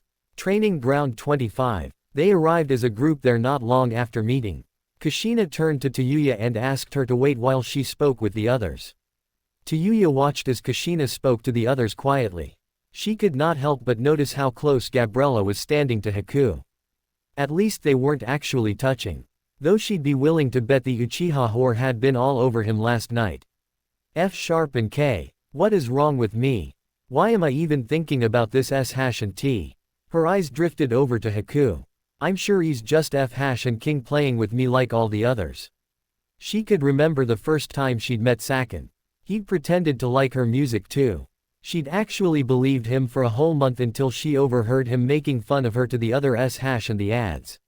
She could still remember the humiliation she'd felt at being so gullible. When Kushina finished with her instructions, Gabriella and Haku leapt away.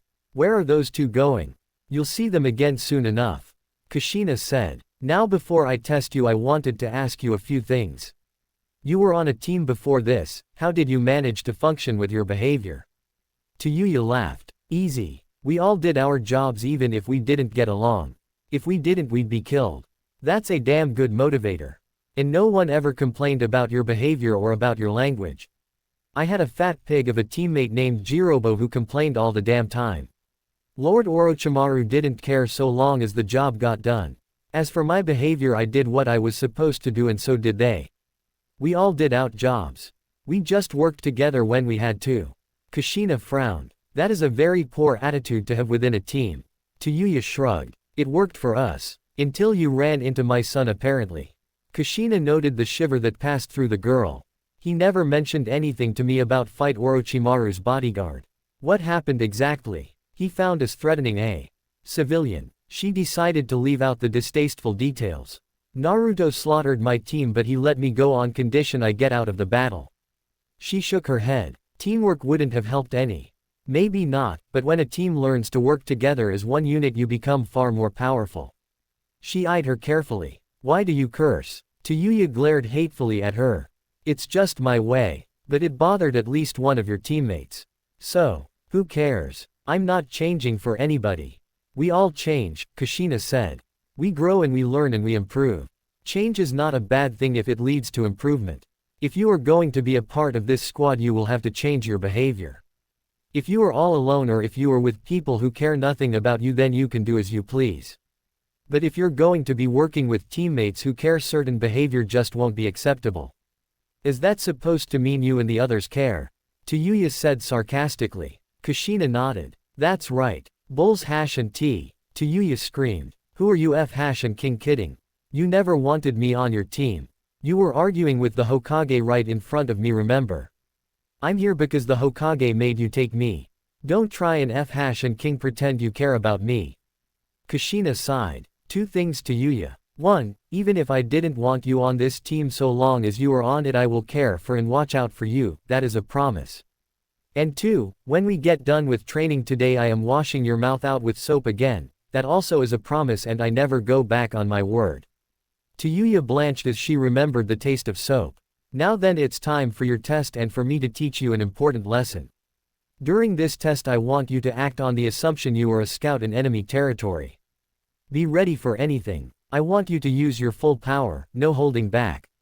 Toya smiled nastily. What if I accidentally kill you? Then you get a new sensei. Now get into the woods and take position. The only rule is that you are not permitted to leave the training area. You are free to use any technique or weapon at your disposal. This exercise will last for an hour or until you're unconscious. I guess we're gonna be here an hour then. We'll see. Kushina eyed her. Get moving and find a spot, we begin in 2 minutes. Kushina flipped her radio to the send position. Toya had not yet been issued a radio. Toya got moving, more than eager to get a little payback for yesterday. XXXXXXXXXXX. She bit down on her thumb and worked some hand signs. Summoning technique. 3 huge malformed demons came into existence. Standing on a tree limb, she put the flute to her lips. You may as well show yourself.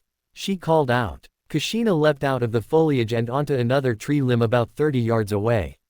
So this is your summons.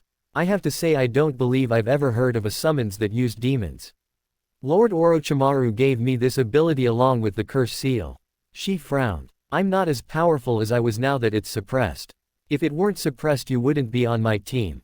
Well now that would be AF and King's shame. You sure you want me to go all out?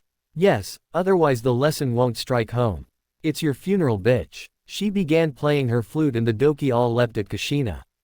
There was a specific reason why Kushina often used Training Ground 25. It had a lake and a great water beneath the ground. As she leapt back she worked some hand signs. Water geyser technique. From out of the ground 3 geysers of water shot up. 2 struck demons while the 3rd geyser missed. The remaining one lashed out at her with an arm extended by a pair of metal blades. Kushina blocked it with her katana but had to leap back due to its inhuman strength. Toya changed the tune and got the other 2 moving towards Kushina again. They lashed out with arms and feet, smashing the tree she had momentarily landed on. Kushina tossed off some shuriken but they seemed to have no effect even though striking their target. Kushina was forced to leap back again and again as the doki came after her. Huh. I knew this and King bitch wasn't that tough. She took the flute away for a moment. Do you want to quit while you're still alive? She could see her doki closing in all around her, cutting off all avenues for escape. Toya, you've already lost. Kushina called out. Toya was about to answer when she felt a chakra signature and the limb shaking from someone landing on it. Hey bitch. Toya turned just in time to see Gabriella punch her in the mouth. She was knocked off the tree limb and felt someone catch her before she became unconscious. XXXXXXXXXXX. This is rather disturbing, Haku said. Really? Gabriella said in a friendly voice. I find it entertaining. They were standing by a small stream and watching as Kushina shoved Toya's mouth into the running water to wash out the soap bubbles that were accumulating. After a while she finally let go of the girl's hair and she crawled away from the older redhead. Now then, are you going to curse any more?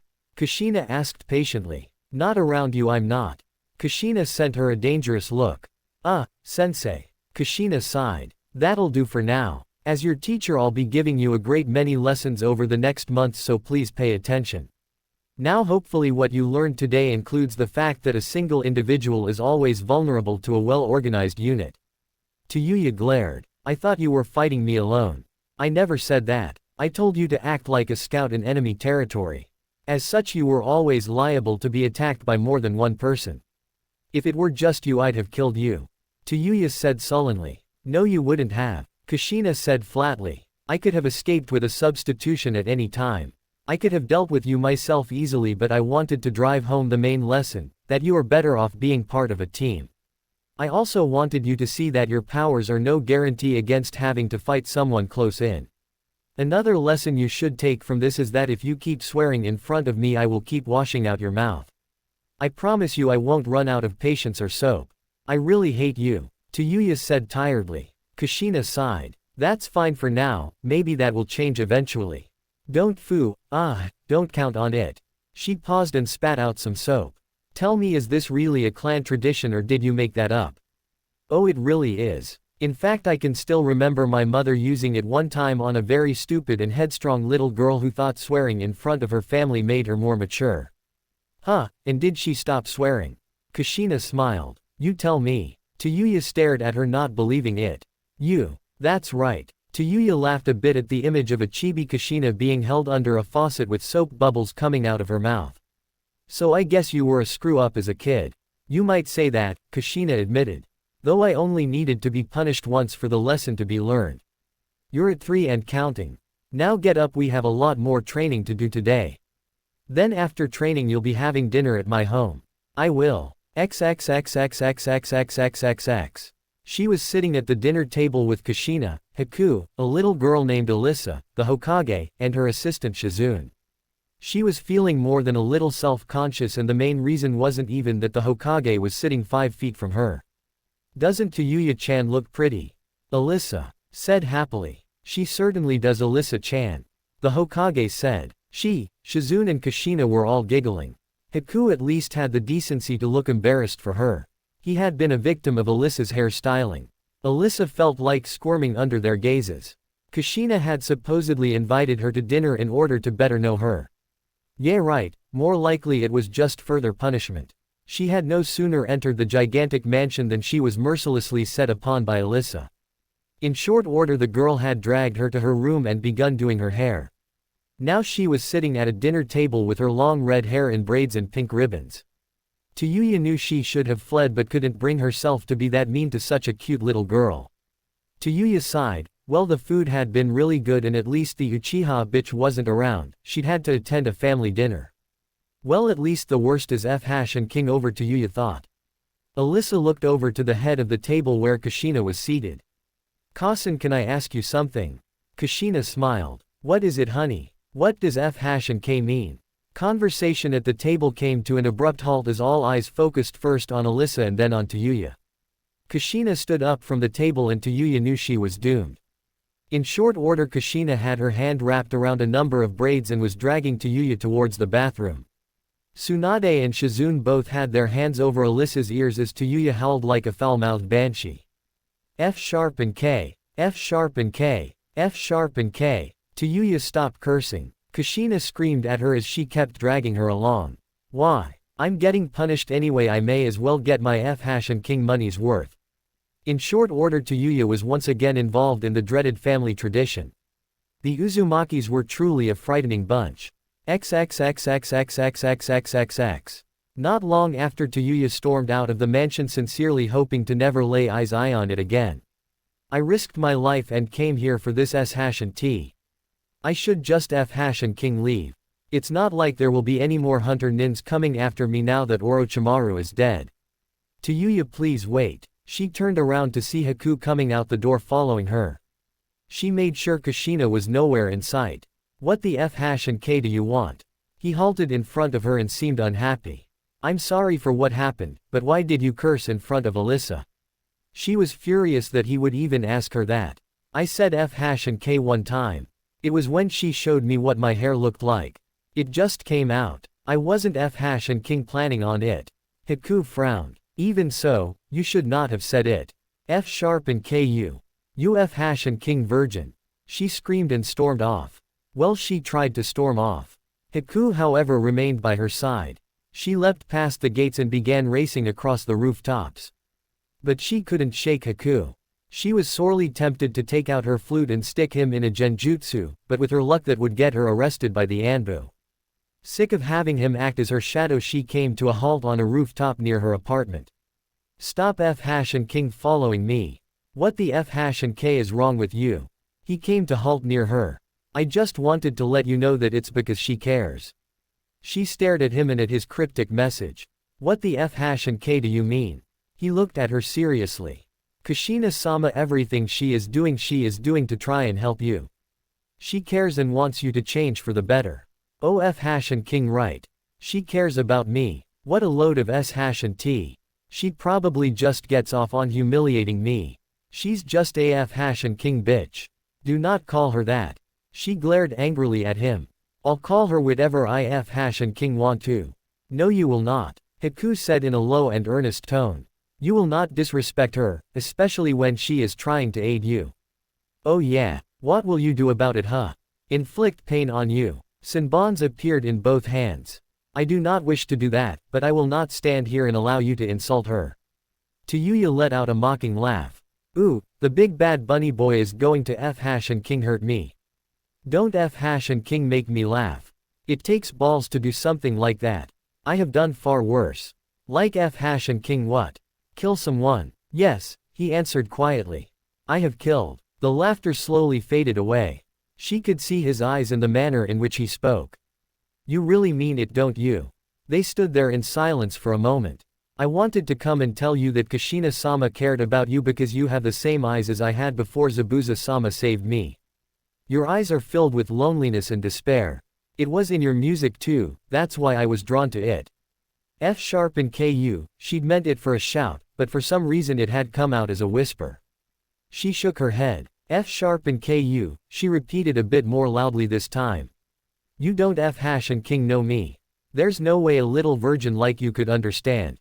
I have not always lived here with Kushina-sama. You do not know me either Toya. But I do know the pain of being alone and unwanted by anyone. She let out a little gasp. He decided he'd said enough and turned to go. I will see you tomorrow for training. Good night. Haku. He turned back again. Yes. She looked down feeling stupid and weak for what she was about to say. My apartment is near here. I don't have tea but I can offer you a sandwich. He could see this was hard for her. He decided to make it a bit easier. I would like that Toya.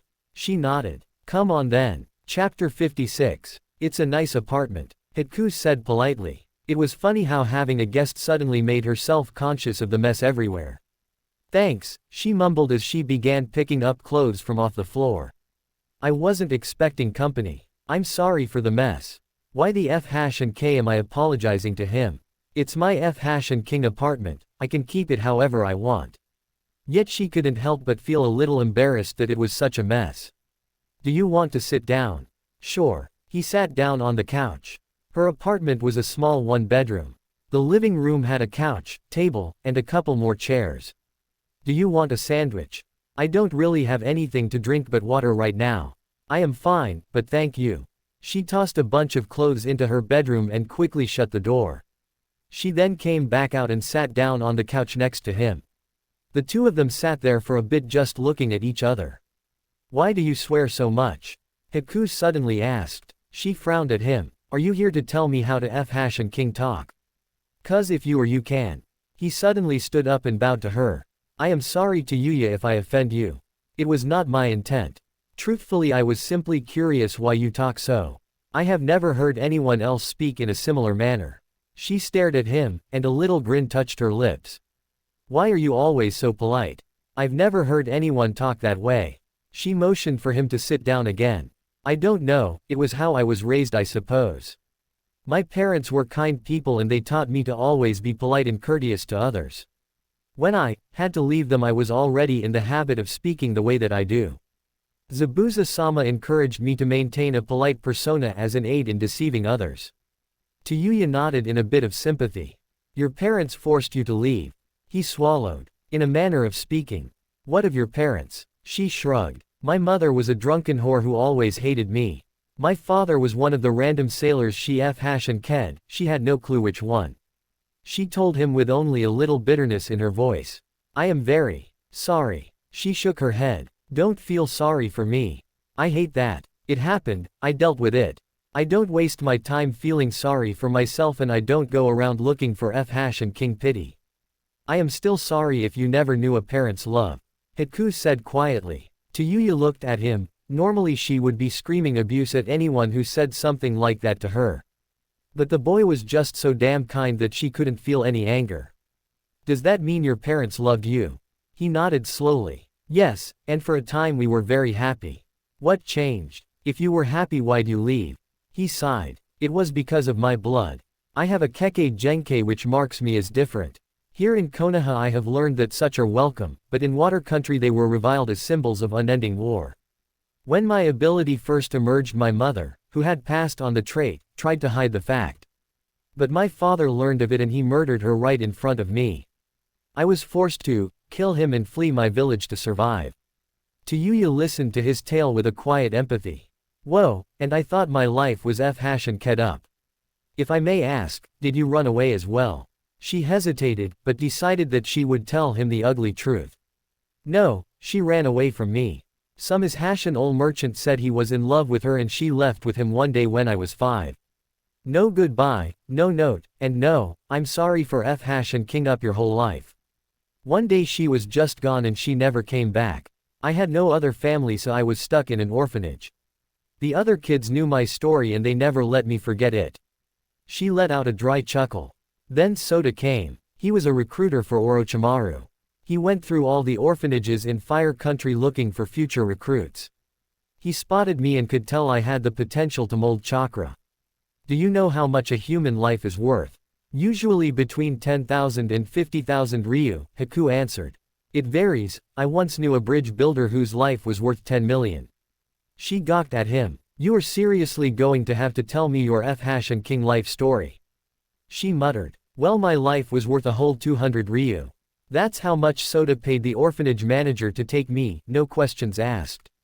And that is how you were recruited to the Sound Village. She nodded. That's right. Now I want to hear more about your story, Haku. If you like. After escaping, I made it to the village hidden in the mist. I was all alone, surviving on what I could scrounge out of the garbage. Then one cold night I met Zabuza-sama. The two of them shared stories. He told her about his life traveling the countryside with Zabuza-sama. Of training and fighting while always on the run from the hunter nins. She told him of the harsh realities of training in the village of the Sound. Of the grueling hours and hard discipline. She told him of being constantly mocked and teased and of learning not to show weakness. They both talked about the pain of being alone. As the hours passed, they grew more and more comfortable with each other.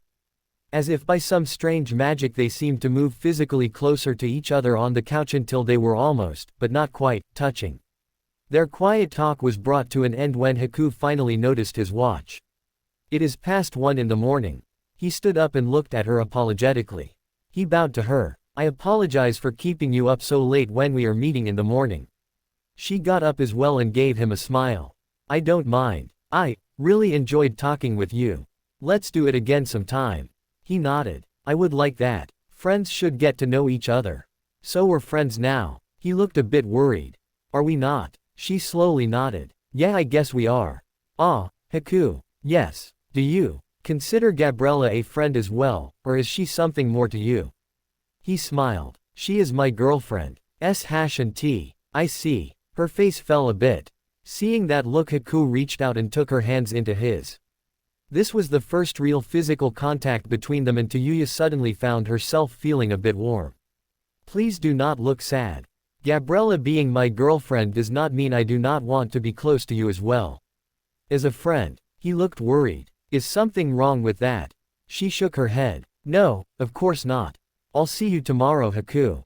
With a smile he left her apartment. I'm King idiot, like he's really going to be any different than the others. Even while she reminded herself no to get her hopes up, she went to bed looking forward to seeing him. XXXXXXXXXXX. He entered the mansion silently and headed to his room. Hello, Haku. He was surprised to see Kushina in the hall near his room. He bowed to her. I apologize if I woke you, Kushina-sama. She shook her head. That's all right, I was waiting up for you. Though you are an adult, I still would like to know where you have been. He grinned. I was with Toya, talking to her and creating a bond. She quirked an eyebrow. You've been with Toya all this time. He nodded. And you were just talking. He had a confused expression. Of course, what else would we be doing? Oh, I am not answering that. Haku, what about Gabriella? Gabriella, what does she have to do with this? I am sure she would want me to spend time with Toya and become friends with her. Really? Kushina said in a dry tone. You think she would be happy to know you were alone with her until 1 in the morning? Why wouldn't she? Kushina sighed. I could tell you, but it would take the rest of the night. Go ahead and go to bed. We'll be having a long talk over breakfast. XXXXXXXXXXX. Having breakfast together, Gabriella decided to just go ahead and ask. Dad, would it be alright if I invited someone over for dinner tonight? Ryuki looked at his daughter over his eggs. Well, of course, honey. Who did you have in mind? She mumbled something. I'm sorry, what was that again? I said I wanted to invite my teammate Haku. She saw her father grin. It's not like that. Like what, honey? Ryuki tried to sound innocent. Like it's a big deal, which it isn't. He and I have been teammates for a while now, and I just thought it would be nice to invite him over, that's all. Her father smiled at her knowingly. Isn't he the boy you had dinner with the other night? Looking a bit embarrassed, she nodded. Yeah, that's him, Dad. Her father rubbed his chin. You've told me about his Keke Genkai.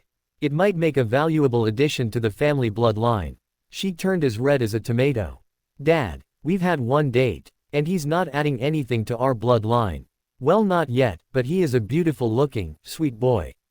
I'm just saying he might make a good choice for you, someday. Bring him to dinner by all means. She frowned. Now I'm not so sure I want to. XXXXXXXXXXX. The practice went well. Kushina had decided to give them some basic team-building exercises followed by sword training for Gabriella and taijutsu for Toya. Though Kushina didn't make it obvious, she kept an eye on the subtle interplay between the three of them. Both girls eyed Haku and offered him smiles. They also sent each other hostile looks on a regular basis. But the tension did not turn into anything blatant and remained suppressed, for now. Given the scream fest the previous night at dinner, Kushina had expected a difficult day. But instead Toya gave a real effort to work with her team. She also managed to get through the entire day without cursing anyone. The most worrisome moment actually came near the end of practice when Gabriella had asked Haku to go to dinner with her and her family. Toya had listened to the invitation and Haku's acceptance of it. She made no outward sign, but it was clear to Kushina that the girl was not happy. Kushina let out a long sigh. This would be a very interesting group to try and mold into an effective team. Well, at least it will only be for a couple of months. XXXXXXXXXXX. A year and a half had passed. Clack, clack, clack, clack, clack, clack, clack, clack. Damn it, every single morning. Feeling annoyed and a bit hungover, the man tossed aside the cover of his sleeping bag. He crawled over to the tent flap and quickly got out. It was summertime and he could already tell it would be another hot and sticky day. The sun was not quite up yet, but the sky was a light bluish purple. Through bloodshot eyes he could see the two of them standing on the lake going at it with wooden practice swords. "Hey!" he shouted as loud as he could. "Could you knock it off just this once?" "Huh." One of the ninjas on the lake looked his way. The other took advantage of the temporary opening to smack him on the side of the head and knock him down. "Hey!" Naruto shouted as he got back up. "No fair. I was distracted by pervy granddad's whining." Seishu shook his head. His sword was up and in the ready position. There are no timeouts in real combat. If this were real, you would be dead. Naruto snorted. If this were real, I'd have made 100 clones. Seishu grinned. Well, I hate to tell you this, Naruto, but at some point you may have to depend on actual skill rather than simple numbers. Seishu laughed to himself, seeing the boy obviously react to his mild teasing. Naruto quickly launched a fresh attack and forced his grand uncle to the defensive. Jiraiya could hear those annoying clacks coming even faster than before. Another day of teaching the kid to be the best. He muttered to himself. Kami, help me. Chapter 57. Jiraiya was rubbing his temples trying to relieve some of the pain. It did not help that Naruto started yelling about what a great swordsman he would be. You all right? Yamato approached him with a cup of hot tea and some aspirin. Thanks. Jiraiya took the aspirin and quickly swallowed it with some tea. You know, this wasn't what I had in mind. Oh. Jiraiya nodded. When I originally asked to have Naruto come with me, I was planning on giving him plenty of instruction, but to have it work around my schedule. Yamato laughed a bit. Translation: you were still planning on plenty of late nights followed by late mornings. The Sannin frowned. Hey, that's the way I've always operated since I started working on my own. Well, that's the thing, isn't it? Yamato took a sip of his own tea. You're not on your own right now. Jiraiya shook his head. This would go much better if it were just me and the kid. Do you mean for you or for him? You have to admit, Naruto has been learning quite a lot, and not just from you. Jiraiya grunted. That was as far as he was willing to go. The truth was, Seishu and Yamato had both taken to teaching Naruto when he was off on other activities. The two of them had supposedly been added simply to act as bodyguards, but had taken it upon themselves to be trainers as well. Every single morning Seishu and Naruto practiced the sword. The man was a 5th level master and seemed determined to make Naruto one as well. When they weren't practicing with those annoying wood swords, the man was telling Naruto stories about the Uzumaki clan and about his mom. Jiraiya chuckled at the fact that Kushina's nickname used to be Kuki. Can't wait to see her again and call her that. And when there was downtime, the two of them would often fish together. Yamato specialized in the same Mokuden techniques that the Shodai was famous for. He could not teach Naruto those. What he could teach was the dozen different taijutsu and weapons he knew, as well as a few interesting jutsus. Yamato also provided Naruto a sparring partner whenever he wanted to work on his taijutsu. Between the two of them they kept Naruto busy constantly. The kid absolutely loved it, with his energy and desire to learn he was always ready for more. Naruto really was learning more than he would have if it were just the two of them. But there were some drawbacks. You know, I would like to sleep in late once in a while. And it's annoying the way Seishu watches me like a hawk whenever I start telling a few stories. Yamato smiled. I think the main reason Kushina asked him to come with us was to protect Naruto's morals. Hey, he's growing up. The kid needs to learn a few things. True, a weary voice answered from the other direction. But some of the things you want to teach him he doesn't need to learn yet. Jiraiya gave Seishu an unhappy look. Hey, the kid's lucky to have such an experienced teacher in that area. With my help he could become a huge pervert like you. Seishu said dryly. No thanks, his mother and I both think he can do without your instruction. Jiraiya crossed his arms over his chest. Some people have no appreciation for the value of education. I'm going back to my cabin. Yamato headed back to the wood cabin he had created with his Mokudan ability. The other members of the party made do with tents. All right, Jiraiya said. Since I'm up we may as well have breakfast and get an early start for the next village. That had been their procedure. They had been camped by the lake for 7 days. They would now move on. If they camped out they would remain for a maximum of a week. If they stayed in a hotel in a town they would stay a maximum of 2 days. In camp away from prying eyes they did not bother with disguises. While on the road or in a populated area they used henges and code names. They never used the same disguise or name more than once, no exception. They all understood that there were people searching for Naruto. Remaining hidden was of utmost importance. Hey, what's for breakfast? I'm starved. Naruto hurried up to them. He had grown a few inches but had otherwise not changed. Except for his forehead scar. Seishu answered. We have some rice and fish with hot tea. Naruto sighed but did not complain. He had gotten used to eating a lot of fish since they had started out.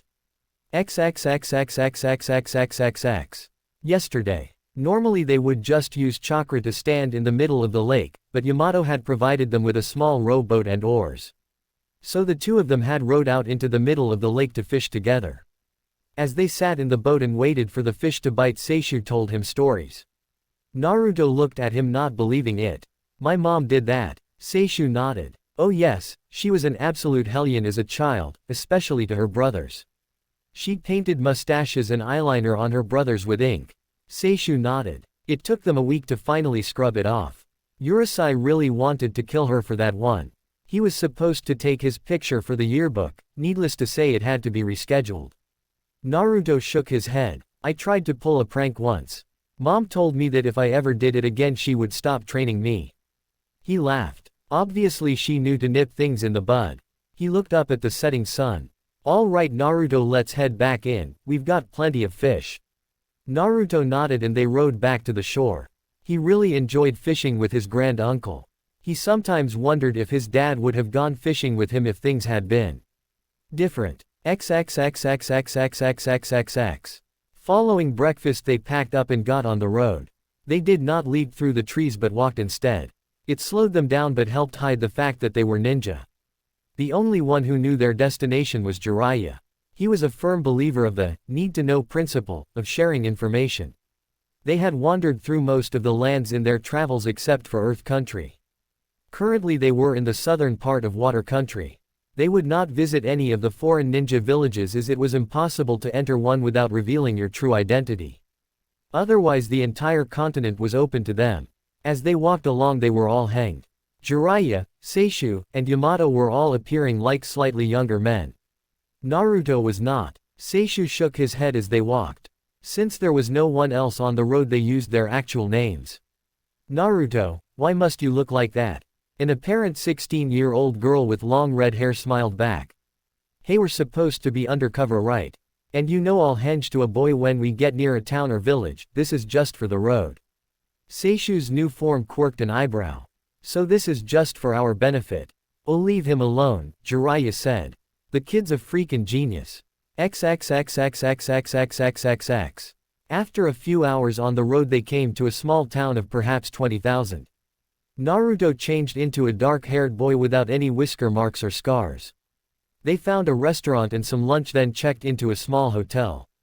As was their habit, they shared 2 rooms. Jiraiya stayed with Yamato while Seishu and Naruto roomed together. As soon as they had their things in their rooms, Jiraiya headed out. "I'll go scout out the town and make sure there are no unexpected threats to us." All 3 of them pointed at him. "Liar." Naruto snorted. "Yeah, right. You're just checking to see where the bars are and if there's a bathhouse in this town." Jiraiya turned to go. "Kid, you underestimate me. I already know where the bathhouse and bars are. But as we all know, beautiful women can be the worst possible threat to shinobi. Therefore, as your leader, it falls upon me to protect us from such a threat." He waved goodbye to them. "Don't thank me, as I am happy to face such terrible dangers for your sakes." The 3 of them sweat dropped as Jiraiya strutted away. XXXXXXXXXXX. Despite Jiraiya's devotion to his usual research, he did have time to help Naruto. XXXXXXXXXX. Naruto sighed as he added the last few brush strokes to the scroll. "There, finished." Jiraiya looked at his work with a blank face. "Well then, shall we try it?" He placed a drinking glass down on the table. Naruto nodded. "All right." He performed a single hand sign. Seal. The glass disappeared. In the blank spot in the middle of the scroll, new symbols came into being. "Well, that part worked fine. Now continue." Naruto performed another hand sign. Release. The middle of the scroll became blank again and the glass reappeared, sort of. Instead of a drinking glass, it now looked like a first grader's paperweight. Now that part didn't work so well. Jiraiya pointed to 3 lines in the scroll showing him where the mistakes were. "Why am I wasting so much time with this?" Naruto grumbled. Jiraiya smiled. "It takes time to be the world's top seal master. Don't you want the title that both your dad and I have held?" "Not really." Naruto shrugged. "Besides, I have a lot of trouble with this." "That is to be expected, Naruto. Sealing is an art form." "Tell me, what does Tsunade always say about doing medical jutsus?" Naruto frowned. He'd heard it often enough. Medical jutsus are all about chakra control. Right, well, sealing is all about formula. You can seal anything in a scroll, even a house or a human being, if you have the correct formula written. Whatever you seal must be perfectly represented on the scroll or else it doesn't work. He nodded to the glass paperweight on the table. "But so long as you do know the correct formula, you can seal anything." Naruto had a notable lack of excitement at the prospect. "So, I mean, all the time I'm putting towards this, wouldn't it be better to study something more useful?" "Useful?" Jiraiya stared at him. Naruto nodded. "That's right, I mean, when am I going to really need this? How about if your village is suddenly attacked by a monstrously powerful demon?" Jiraiya shook his head. "Naruto, you of all people should appreciate the real power of Fuinjutsu, art of sealing. How did your father defeat the Kyuubi? Even his ninjutsu was nothing compared to the Kyuubi's power. It was Fuinjutsu that defeated the Kyuubi and saved the village. It was the seals that your father placed around your home and lands that helped your mother protect you growing up. It may not be as flashy, Naruto, but believe me, there is great power in being a seal master, and it is definitely worth your time. Besides, it's not like you don't work on other things as well." Naruto considered that, and slowly nodded. "I guess you have a point, Jiraiya-sensei." He took out his ink brush and a blank scroll and started over. Jiraiya grinned. "Fine, and why don't you start calling me sensei all the time instead of pervy granddad?" Naruto smiled up at him. "Oh, okay, I will." Jiraiya smiled. "As soon as you stop acting like a pervert all the time and more like a sensei." Jiraiya muttered something about annoying children and stepped back. Naruto chuckled and kept working. XXXXXXXXXX. Naruto had developed a certain routine. The day always began with sword training and it always ended with studying one very special scroll. Naruto glared at the scroll that was unrolled on top of the table. Also on the table was a stack of about 100 sheets of paper, notes written by him. Sometimes he truly hated the thing in front of him. Though he didn't brag about it, he was considered a genius of his clan. He had already mastered close to 200 jutsus, including about a couple dozen A-ranked and 2 S-ranked. But when he tried to figure this thing out, he felt like a complete idiot. Jiraiya poked his head into the hotel room. "How's it going, kid?" "It's not." Naruto muttered, sounding defeated. Chuckling, Jiraiya entered the room. Hard. Naruto looked up and actually glared at the man in his good humor. Hard. Mastering the 5 dances of the blade is hard. Trigonometry is hard. Trying to figure out girls is hard. But this, he waved at everything on the table, is impossible. Kid, there's a reason why your dad was the only one who could make it work. This one jutsu was his ultimate masterpiece, it's what made him the yellow flash of Konoha and a ninja legend. Even I could never figure it out. Jiraiya let out a long sigh. I guess there's no chance that you could. What the hell does that mean? He felt a bit angry. Jiraiya shrugged. Oh, well, let's face it, kid, this is probably way too much for you. I mean, your dad was a true one-of-a-kind genius. So there's no shame in admitting that you just don't measure up to your father's legacy. Jiraiya suddenly smiled as an idea seemed to pop into his head. Though on the bright side, genius can skip a generation sometimes. Maybe one of your kids will be able to figure it out. Why don't I just put this away for? Naruto immediately jumped up from his seat and got between Jiraiya and the table. Get away from my scroll. I never said I wouldn't figure it out, it's just hard, that's all. Jiraiya shrugged. Well, if you say so. He left the room smiling to himself as Naruto returned to his studying with renewed energy. XXXXXXXXXXX.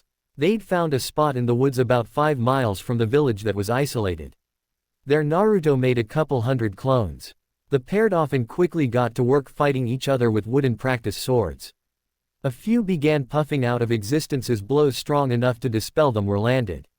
Winners paired off against each other and kept going. The clones would fight until they were all gone. Once that happened, Naruto would make a couple hundred more and do the same thing with taijutsu. They had to be very careful not to be observed. If word got out about a ninja who could make hundreds of clones, it would not take long for Naruto's enemies to figure things out. Jiraiya, Yamato, and Seishu all watched as the hundreds of Narutos went at it. You know, it's almost frightening how fast he learns using this technique. Yamato commented. Seishu chuckled. I know what you mean. He takes everything we show him in the morning and refines it. He does about a month's worth of training in an hour. The only limit is the amount of memories he can absorb at one time. But even with that, he is learning years' worth of training every month. Yamato said. Give him just a few more months and he will be the greatest swordsman who ever lived. Seishu said proudly. The only bad part is I don't think we'll have anything left to teach him. I wouldn't worry about that. Jiraiya said quietly. I have something in mind for him to work on. What? Seishu asked, curious. It's something that his father wanted to do but could never manage. Add a wind element to the Rasengan. Yamato looked shocked. Is that even possible? According to chakra theory, combining both chakra and an element would require too much energy to be even feasible. That's if you could bring them together at all. How would it be done? Jiraiya smiled. I have no idea. Minato could never get past the theory stage, but he might have had he only had more time. I've never been able to make it work either. But you think Naruto can? Seishu remarked. Jiraiya nodded. I do. That kid is every bit the genius his father was. And I truly believe that he is the only one who could surpass him. The men said nothing after that. The implications of what Jiraiya had said hung in the air between them. Ah kid, Jiraiya thought.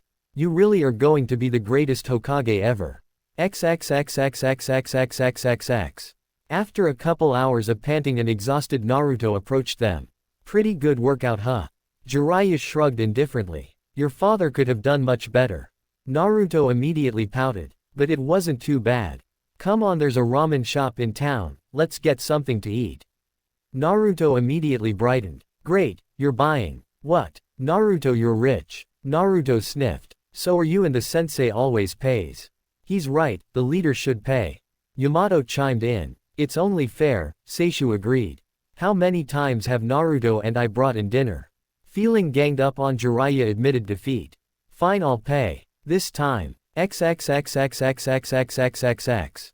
Upon returning to the hotel, the desk manager called over the hang Jiraiya. Sir, there is a message for you. Jiraiya took the sealed note and headed up to his room. Even as he trained Naruto, he remained the head of a vast spy network, and those responsibilities could not be ignored. He had a handful of trusted agents who could get a message to him if necessary. They would not have sent him something unless it were urgent. Alone in his room he read the note. Ah hell. XXXXXXXXXXX. In short order he had gotten the others in his room. We're leaving in 20 minutes, so get packed. We're headed to the nearest port. Jiraiya informed them. I thought we were leaving in the morning. Naruto said. Something has come up. We're going on an A-rank mission. A mission? Naruto said excitedly. Yamato frowned. Why is the Hokage assigning us a mission? She's not, I'm assigning it. One of my top agents is in danger of being exposed and is requesting immediate extraction. If he's caught he'll spill a lot of high-level information.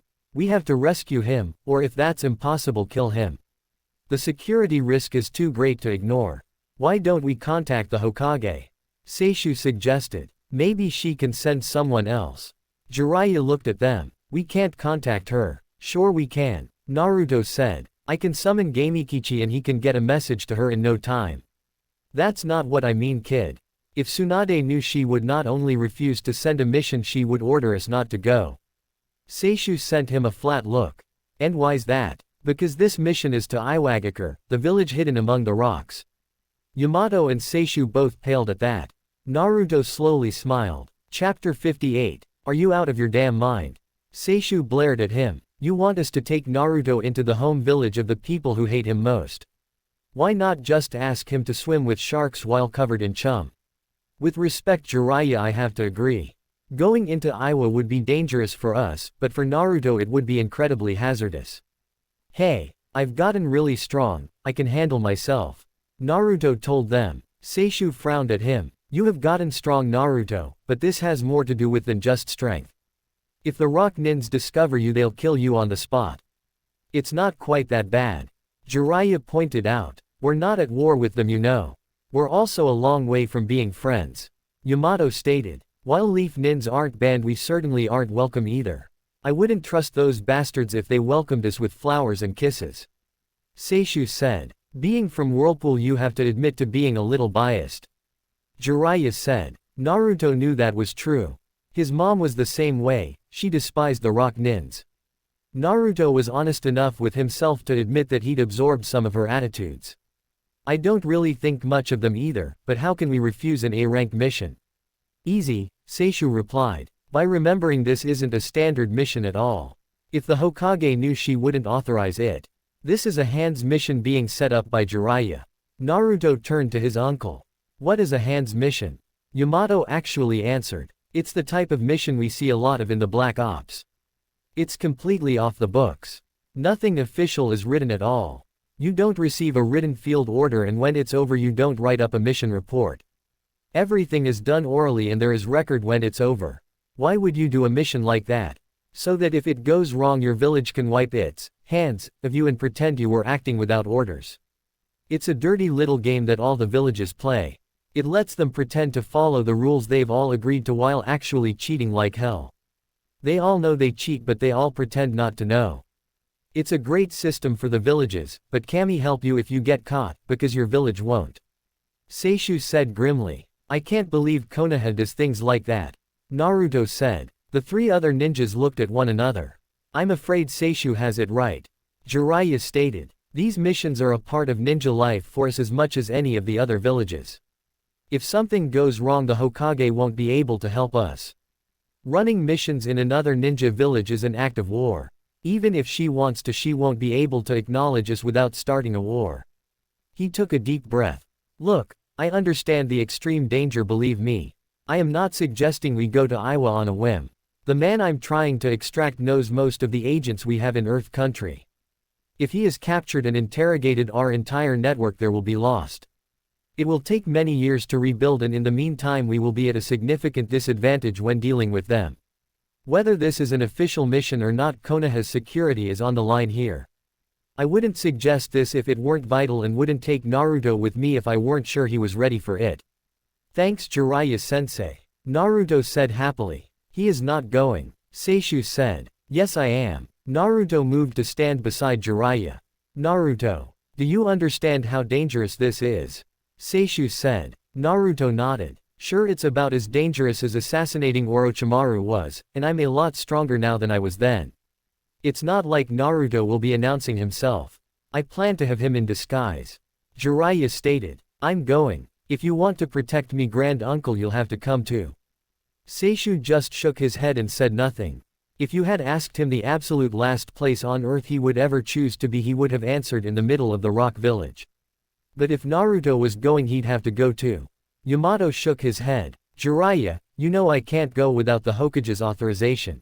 That's fine. Write to her. Since neither Naruto nor I will use a summons to help you, it'll take at least a couple of days for you to contact her and hear back. By that time we'll be on a ship heading there. You won't be able to protect Naruto though. Yamato frowned. There was no way he could keep them from leaving. All right, I guess I'll come with you. But you do know I'll be writing a full report on this. Jiraiya sighed. Yeah, I wonder how bad Tsunade is going to hurt me. XXXXXXXXXXX. Motosuwa entered the office and bowed to the Tsuchikage. How may I be of service to you, Tsuchikage-sama? The Tsuchikage looked at him stonily. What is the status of your investigation?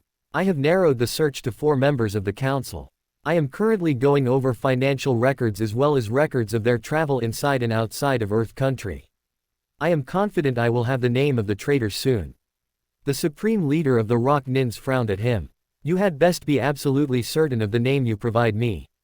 If I put a council member under arrest and he is not a spy, every clan will be up in arms. Motosuwa revealed no concern. Tsuchikage-sama, we have confirmed that the Leaf Nins have received information that could only have come from the council. I have no doubts that one of them is indeed a traitor.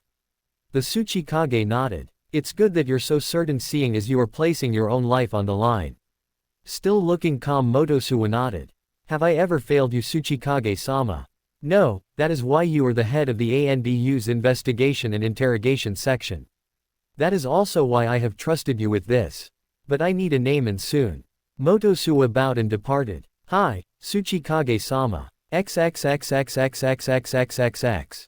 5 days later. Iwa was considered the most impregnable of all the ninja villages. Not only did it have the highest and strongest walls, it was built on a plateau 3,000 feet high and surrounded on 3 sides by mountains.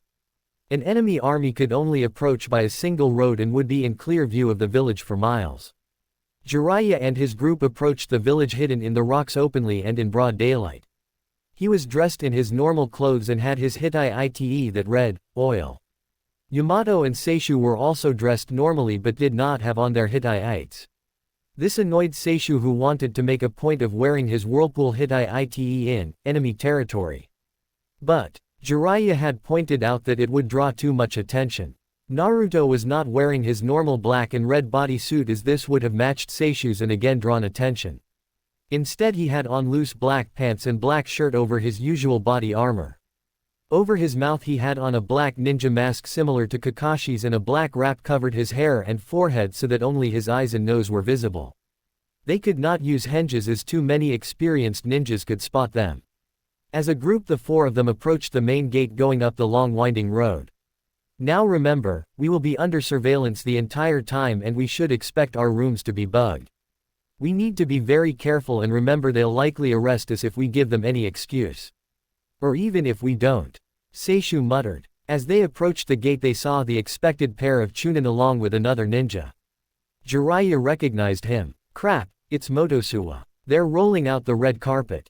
Yamato commented. Who is this guy? Naruto asked. He's the head of Iwa's Anbu investigation and interrogation section. He's their top spy catcher, think of him as their Ibiki. Great. Naruto muttered. Motosuwa was not much to look at. Unlike Ibiki, he was not physically imposing. He was all of 5 feet and rail thin. He was bald save for a fringe of gray hair. He looked ordinary and unimpressive, except for his eyes. His hazel eyes were sharp and cunning and never missed anything. He didn't mind being dismissed as ordinary by those too foolish to look underneath the underneath. For his line of work, being ignored was useful. As they approached, Jiraiya ignored the Chunin and approached Motosuwa. Well, this is an honor. How long has it been? 4, 5 years. Jiraiya said in a chipper tone. Motosuwa gave him a slight bow. His eyes went past him and roamed over the forms of his 3 companions. Naruto thought they lingered a bit on him before locking back onto Jiraiya. Closer to 6. Motosuwa replied in soft clipped tones. To what do we owe the honor of a visit from the legendary Jiraiya? Jiraiya laughed. I'm traveling the world doing a little research for my next book. I just happened to be in the area, so I thought I'd stop by and see if I could find some inspiration in the local beauties. Really? Motosuwa tilted his head a bit. That is interesting. According to reports I received, you only arrived in Earth Country by ship 3 days ago. To have gotten all the way from the coast to Iowa that quickly, you must have been moving at top speed. Almost as if you had a purpose here. He knows. Jiraiya thought. He laughed some more. What can I say? I couldn't wait to see if the women here are still as gorgeous as I remember. Of course, would you introduce me to your companions? Jiraiya nodded. This fine fellow is Yamato. The Anbu captain bowed slightly. It is an honor to meet you.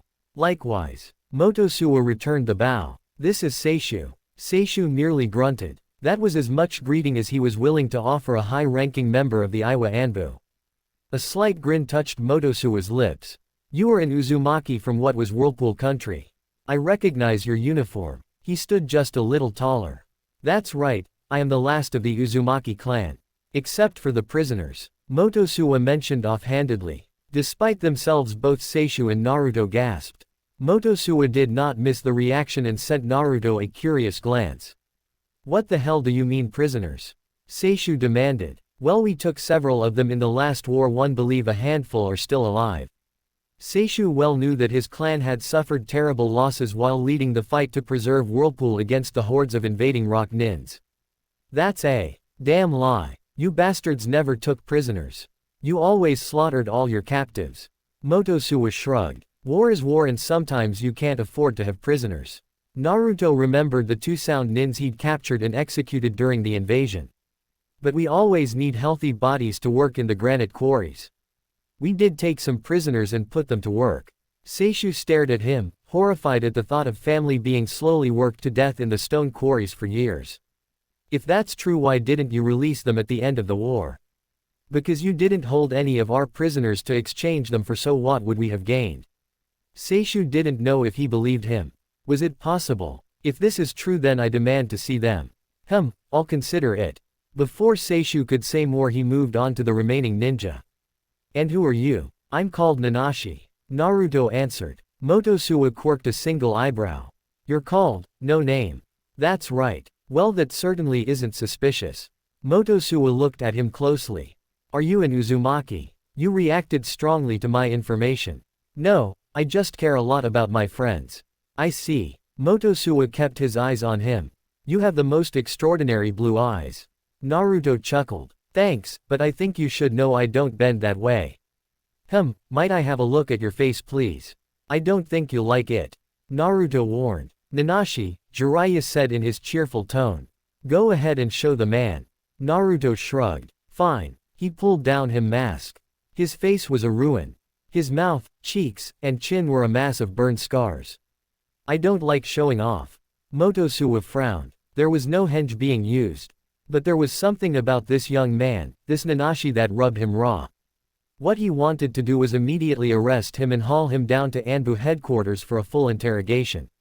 He sighed. Unfortunately, there were rules to this game. He had to follow them, or the other villages would stop following them as well. He stepped back and gave the man a slight bow. I apologize for embarrassing you. Nanashi put the mask back up. No problem. Motosuwa turned back to Jiraiya. Knowing the lifestyle you prefer, I took the liberty of arranging a couple suites for you and your friends. The Tsuchikage also requests the pleasure of your company for dinner tonight at the mansion. You will be expected at 6. Jiraiya grinned. I'll definitely be there. I never turn down a free meal or free booze. Motosuwa nodded. Well, I'll leave you then. You and your companions are of course at liberty to do as you like in our village within the limits of the law. Motosuwa gave Jiraiya a meaningful glance. I would strongly recommend you not break any of the laws here. He bowed and went on his way. XXXXXXXXXXX. As the 4 of them walked along a crowded street, they whispered to each other. The suites will definitely be bugged and we will be under constant surveillance. Jiraiya stated. Yamato, thanks for your help, Naruto said in a low voice. How did you learn to use latex disguises? One of the many skills of an Anbu. He replied just as quietly. Jiraiya sent Seishu a worried look. You all right? I'm not sure. Seishu admitted. Do you think that guy was telling the truth about prisoners or just trying to get a reaction out of me? No way to really know. Jiraiya said. But the war ended 15 years ago. It doesn't seem likely there would still be prisoners still alive. Seishu sighed. Probably not. If there are, we're going to get them out. Naruto stated. Jiraiya looked at him a little worriedly. Listen Nanashi, you know the reason we're here. We can't let anything distract from that. Naruto shook his head. If there really are Uzumaki clan members here, then we are getting them out. He sent Jiraiya an uncompromising look. No matter what. Chapter 59. A 16-year-old Hinata arrived at the Namikaze mansion in response to a summons from Kushina. She soon found the Namikaze matriarch hovering outside her son's door. From the other side of the door she could hear some sounds in her beloved's voice. Tap, tap, tap, tap, tap, tap, tap, tap, tap, tap, tap, 2995. Tap, tap, tap, tap, tap, tap, tap, tap, tap, tap, tap, tap, tap, tap, tap, tap, 2996. Not sure what to make of this odd situation, she turned to the older woman. What is going on? Is something wrong with Naruto-kun? Kushina frowned a bit. I'm honestly not sure. He came home yesterday mumbling something about a wish and he's been locked in his room ever since. He won't let me in and he refuses to come out even to eat. All I hear is that trapping and him reading off numbers. 2996. You see, I have no idea what's going on. So I was wondering if you would mind. She nodded toward the door. It took Hinata a moment to understand. When she did, she sent Kushina a disapproving look.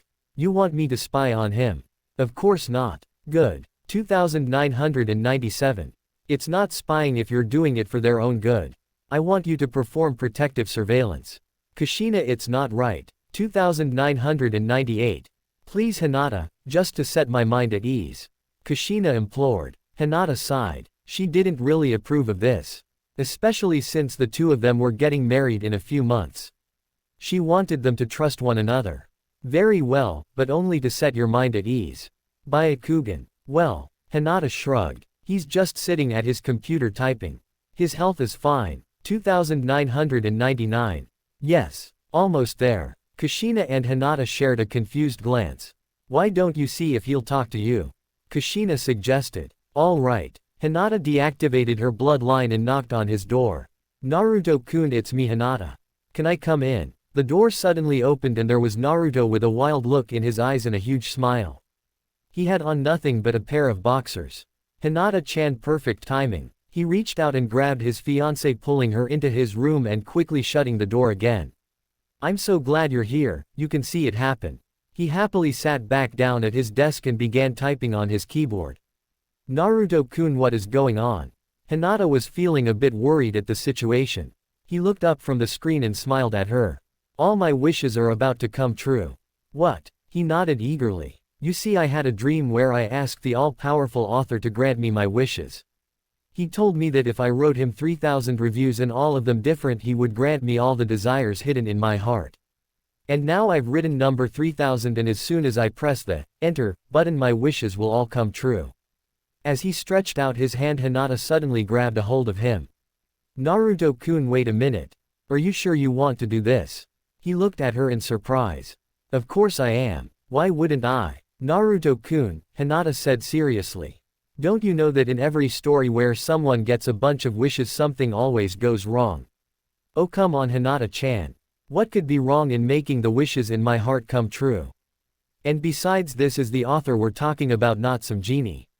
I'm sure he would never do anything bad to me. He gave her a reassuring smile. What could possibly go wrong? Hinata shook her head. I have a bad feeling about this, but if you're sure then all right. She let go of his hand. He smiled confidently. I'm sure. His index finger pressed down and the 3000th review was sent.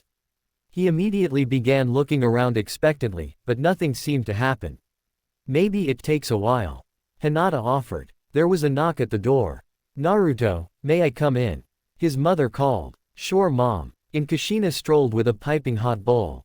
Naruto dear, I've suddenly decided that you're healthy enough that you can eat ramen whenever you like. So from now on I'm making my special ramen for you for breakfast, lunch, and dinner. I've also decided to stop spying on you and to never call you my little baby in public. Naruto gave Hinata a triumphant grin before replying.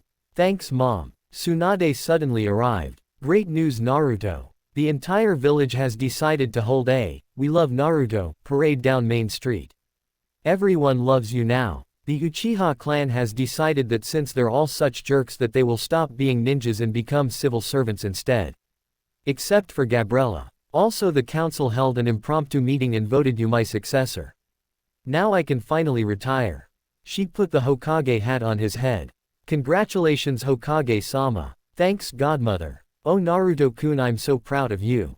Hinata said. So are we. Suddenly in walked his father, Sarutobi, Shikaku, Inoichi, and Choza all walked in. Somehow we've all been returned to life. Minato said. And we all want to tell you how proud we all are of you son. Thanks dad. Minato. Kushina cried out. Kushina. Immediately they were all over each other. Hey, stop that. Naruto cried out. When he'd thought of his father he'd never thought of him doing that with his mom. Hinata turned from the amorous couple towards Naruto.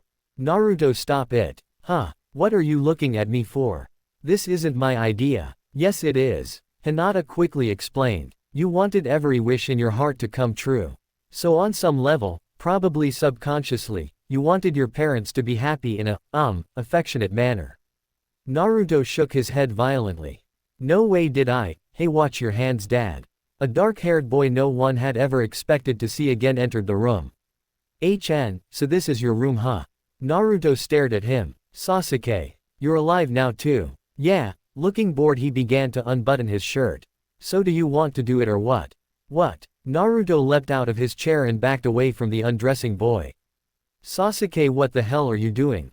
Sasuke gave him a knowing smirk as he tossed his shirt to the ground. Oh come on Naruto, we've always known that there was something there between us. Hinata was staring at her soon-to-be ex-fiancé in horror. Naruto. Hinata-chan, I am so not.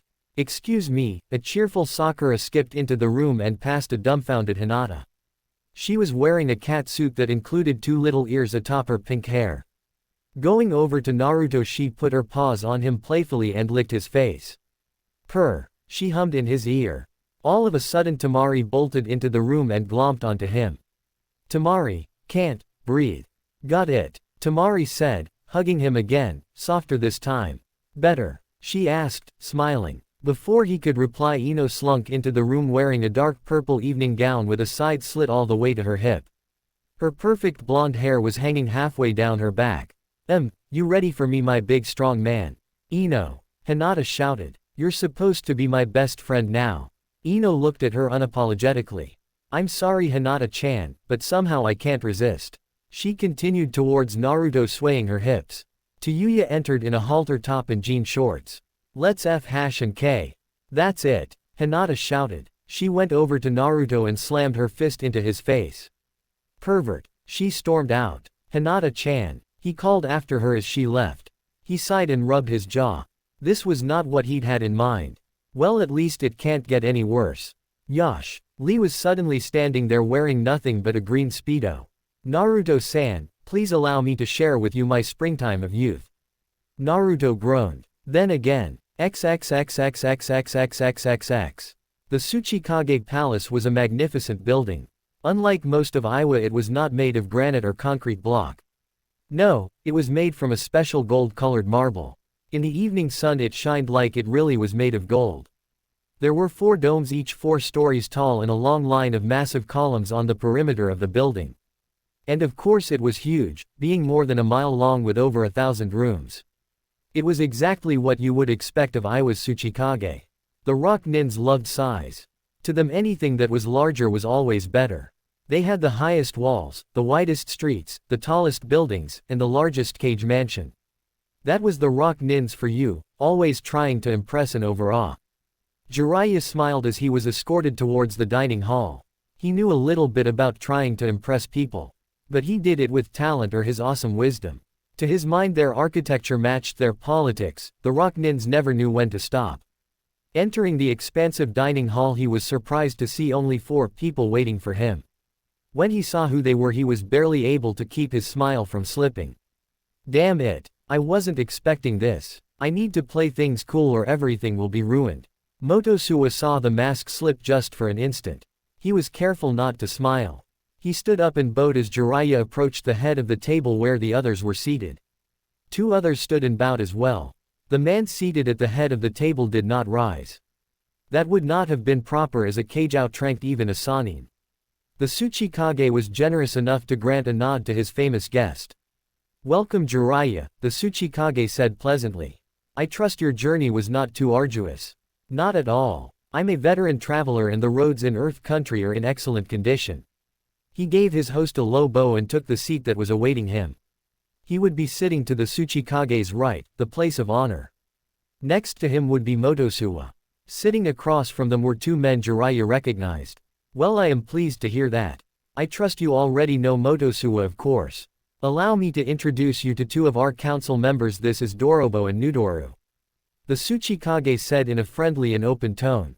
Jiraiya nodded. Actually, I think I've met both of you before, the last time I was here.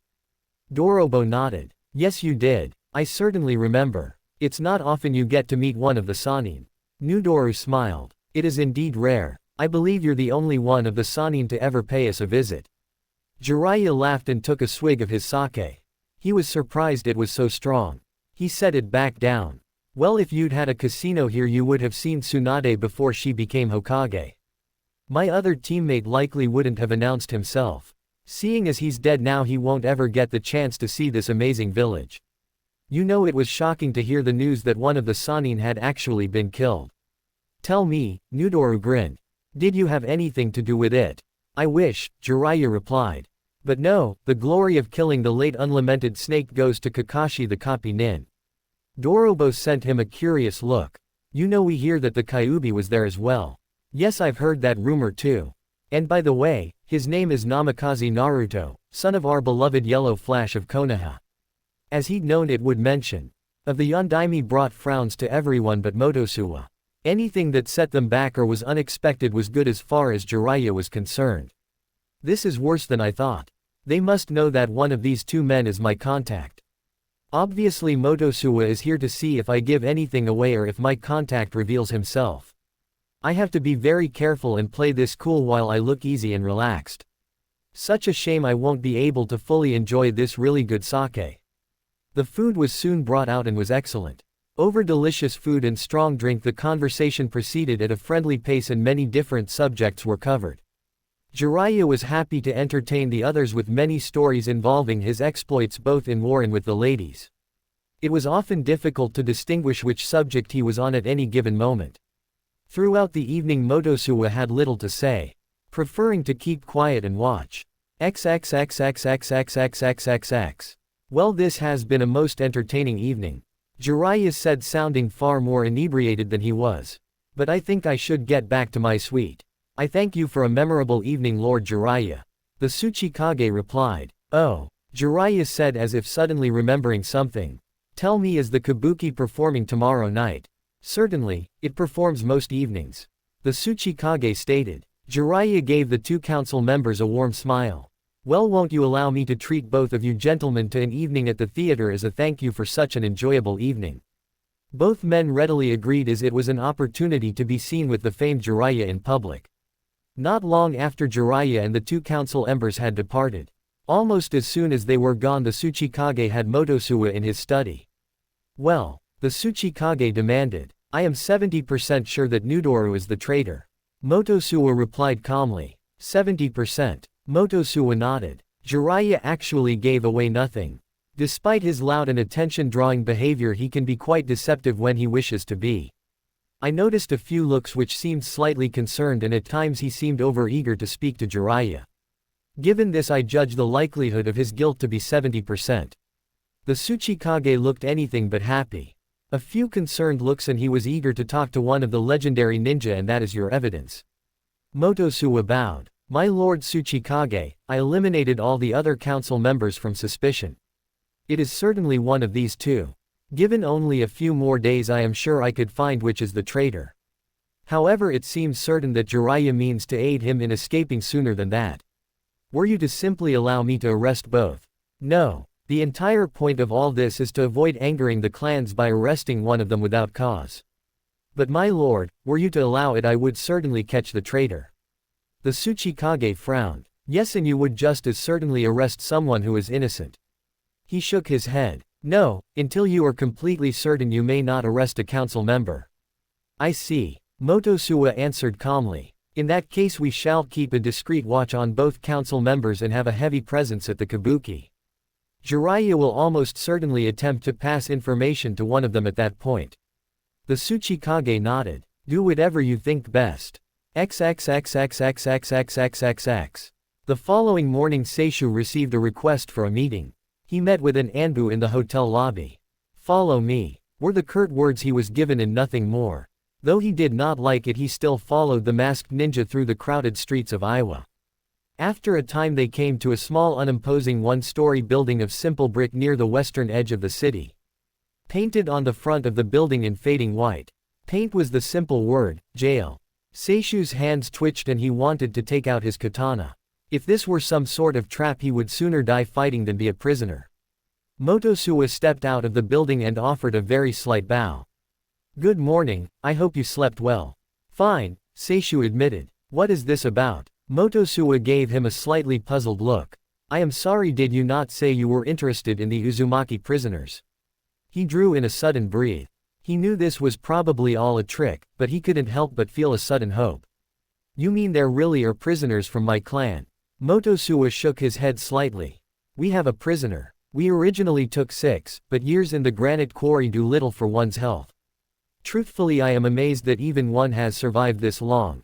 Seishu glared at the man and had to deliberately keep himself from pulling out his katana and attacking him.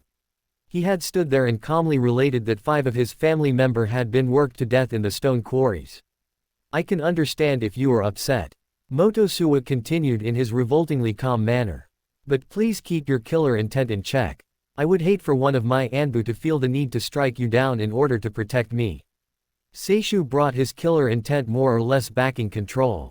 I want to see who it is. I want to see who is still alive. Motosuwa nodded. Of course, that is why I brought you here. Come with me, please. He walked back into the jail and Seishu followed him without a second's hesitation. It was a simple jail, most likely used to hold drunks and vagrants overnight. There were only 6 cells. 5 were empty. In the last one was a worn figure sitting on the stone floor in chains. He seemed weary and exhausted. His hair was long and dirty, it was mostly red with a good deal of gray in it. His clothes were mere rags of the cheapest gray sackcloth. But when he looked up, his green eyes still held courage and the will to never give in even to the most hopeless situation. That strength was all that had allowed him to endure. Looking up, he saw an old man in the clan battle dress. It took a moment, but recognition came into his eyes. Uncle. Nephew. Seishu choked out and gripped the metal bars in front of him. The prisoner smiled and actually chuckled. I knew it had to be a lie. They told me Whirlpool was destroyed years ago. They said my clan was dead. But I always knew it was a lie. Seishu ached for what he needed to say. It seemed so unfair to have to take away some of his nephew's hope, but the truth was better. They told the truth about Whirlpool, it really is gone. But you still have family. Sadness and disappointment flashed through his eyes. But there was hope as well, and it was stronger. Who's left? Seishu looked back over his shoulder at Motosuwa. I can't tell you that, nephew, but you have family and you have a home that's waiting for you. A home? But if Whirlpool is gone, what home could I have? Your home is wherever your family is and where you will be loved and accepted. Well, this has been touching, but we will have to go now. Motosuwa spoke. Seishu turned hatefully towards the man. I want him released. I can arrange to pay any ransom you name. We are not in the habit of ransoming our slaves. Motosuwa said calmly. I'll pay you 1,000,000 ryu. Seishu shouted. No. 10 million then. Motosuwa tilted his head a bit and looked at him curiously. 10 million ryu for a slave. Is he really that precious to you?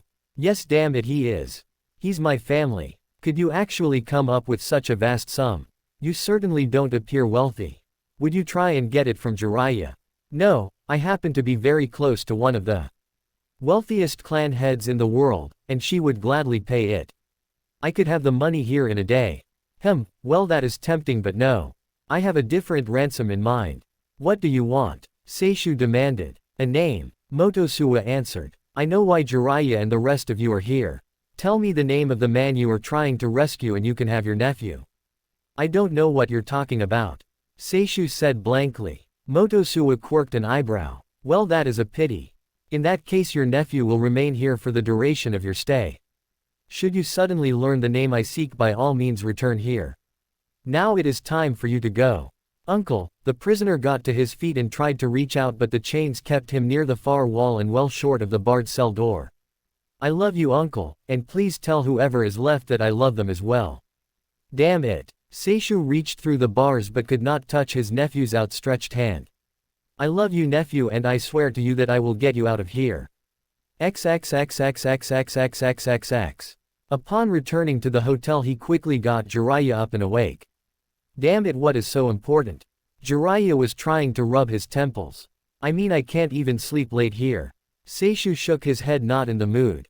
We need to talk. XXXXXXXXXXX. The four of them went out into the village and found a small random cafe to have breakfast. With quiet whispers Seishu related what had happened. So I have another relative. Naruto said excitedly but quietly. That's right, Seishu said. And he has suffered endless heavy labor while watching the people around him slowly expire. He looked directly at Jiraiya.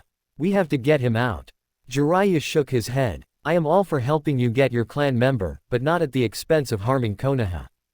Whoever you're trying to save is a traitor and by definition scum. Seishu said flatly. Jiraiya nodded. That may well be true, but the fact is he has information that is useful to Konoha. Giving Motosuwa the name would destroy Konoha's spy network here and damage the Leaf Village. Seishu leaned forward over the table. The Leaf Village will survive no matter what happens here. But we are talking about the survival of my clan. And he is not only my kinsman but Kushina's and Nanashi's as well. I know that. Jiraiya said firmly. Under different circumstances I'd be the first to offer my help, but not at the cost of damaging Konoha. And since I'm the only one who knows the name, I'm the one who gets final say. Oh really? Seishu growled. Take it easy, grand uncle. Naruto said quietly. Jiraiya is right. We can't jeopardize Konoha's security for personal reasons. Seishu looked at him in surprise and disappointment. Jiraiya nodded in approval. I'm glad you understand, Nanashi. With both Jiraiya and Naruto against him, Seishu settled down. He sat there quietly while the others ate breakfast. After eating, Jiraiya and Yamato left while Naruto offered to stay and talk to Seishu for a while. Seishu eyed his grand-nephew with a great deal of sadness. I'm sorry that this is not important enough to you to go against Jiraiya. But I am getting him out no matter what it takes. Naruto smiled beneath his mask. Grand uncle, I would never abandon anyone who is family. What? But you said you wouldn't jeopardize Konoha's security. Naruto nodded. I did and I won't. I won't hurt Konoha, and anyway there is no way Jiraiya would ever tell us the name, so there was no point in trying to convince him. Seishu looked at him and slowly grinned. You're planning to do this behind his back, aren't you?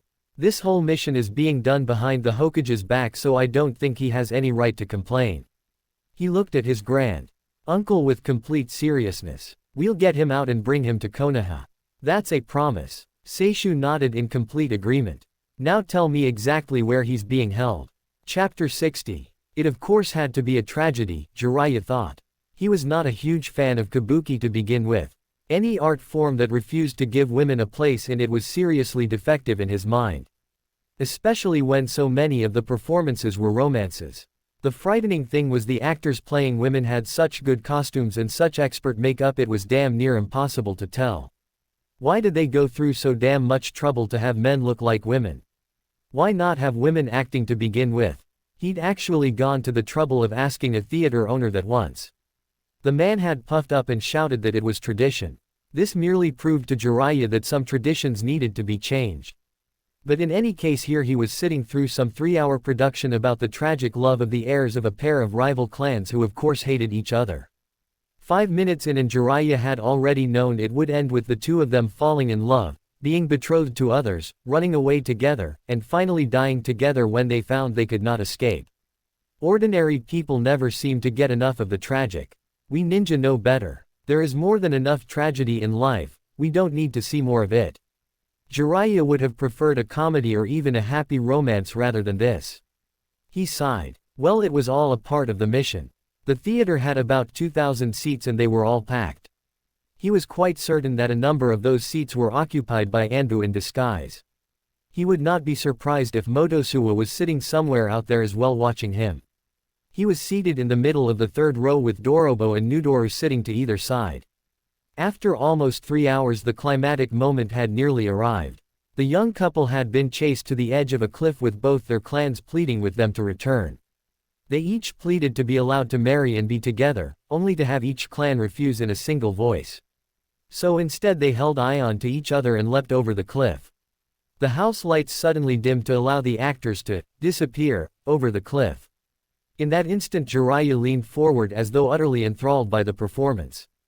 As he did so he, accidentally, reached out and put his hand on top of that of each man to his side. When the lights came back up he withdrew his hands and sat back raving about the wonderful performance. One of his hands had held a tiny note. His agent had taken it and quickly hidden it on his person to be read later. Jiraiya leaned back and relaxed. His work was finally done for the evening. XXXXXXXXXXX. Together Naruto and Seishu walked out to the western edge of the village where Seishu pointed out the humble building. They hadn't bothered with any sort of disguises. They both knew they were being watched by the Anbu, but it didn't matter. Now knowing exactly where his imprisoned relative was being kept, Naruto and his grand uncle went off to find a restaurant and have dinner. XXXXXXXXXXX. Back in his hotel room Jiraiya took out one of the many scrolls he always had with him. Release. On top of the scroll appeared a simple letter and a humble little stamp. The letter was written in the Tsuchikage's own hand and the stamp had been a painstakingly recreated copy of the Iwa seal of state. Jiraiya carefully studied the letter for a moment. He then took out a blank scroll and penned an order from the Tsuchikage in his own hand and with a signature. He then took the stamp and pressed it down on the paper beside the signature. And just like that, an official order from the Tsuchikage. I really need to teach the kid all this stuff if he's going to replace me as spymaster one day. XXXXXXXXXXX. The next day the four of them went out and picked a random spot to have lunch. We're taking our guest out tonight. Jiraiya informed them in a whisper. Take anything you really need but leave your backpacks and clothes behind. We have to look like we're coming back to our hotel suites. So what is the plan? Yamato asked in a hushed voice. Listen carefully. I'm only going over this once. Jiraiya went over everything they would have to do to pull this off. It sounds awfully risky. Seishu stated. You can't win without taking a few risks. Jiraiya replied. Naruto frowned. You sound like Godmother when she's gambling. Jiraiya smiled. Don't worry, I actually have good luck. So long as nothing unexpected happens we should be fine. Somehow Naruto and Seishu managed not to look at each other. XXXXXXXXXXX. So who's up for a little late evening trip to the bathhouse? Jiraiya said in a loud clear voice. Everyone in the suite groaned. What is it with you and bathhouses? Seishu asked. It's my secret to staying young and virile. That and all the exercise I get chasing girls and avoiding angry mobs who find me doing research. Now let's go. Though he had to argue with them, he eventually got them to all agree. The four of them went down the hall and entered an elevator that delivered them to the ground's floor. The four of them stepped out laughing and joking with each other, while four tiny mice also exited the elevator unnoticed. XXXXXXXXXXX. Nudoru carefully stuffed the pockets of his vest with money and his wife's jewels. The damn harpy, she at least he wouldn't miss. His heart was pounding. Tonight he would either leave his homeland forever or be arrested. It was hard for him to believe that all of this had begun over a little extra money. He had been young then and not allowed access to the family fortune. He'd run up some debts and the people he'd owed had threatened to go to his father in order to collect. His father would have been furious and he'd been terrified. That was when Jiraiya came along and offered to help by paying off all the debts. And all he'd asked for in return was a little information about some of his lesser clans. Only later had he realized what an idiot he'd been to fall for such a blatant trap. But by the time he'd figured it out it was too late. It was too late for regrets now. He was a traitor and he couldn't very well just say, I'm sorry.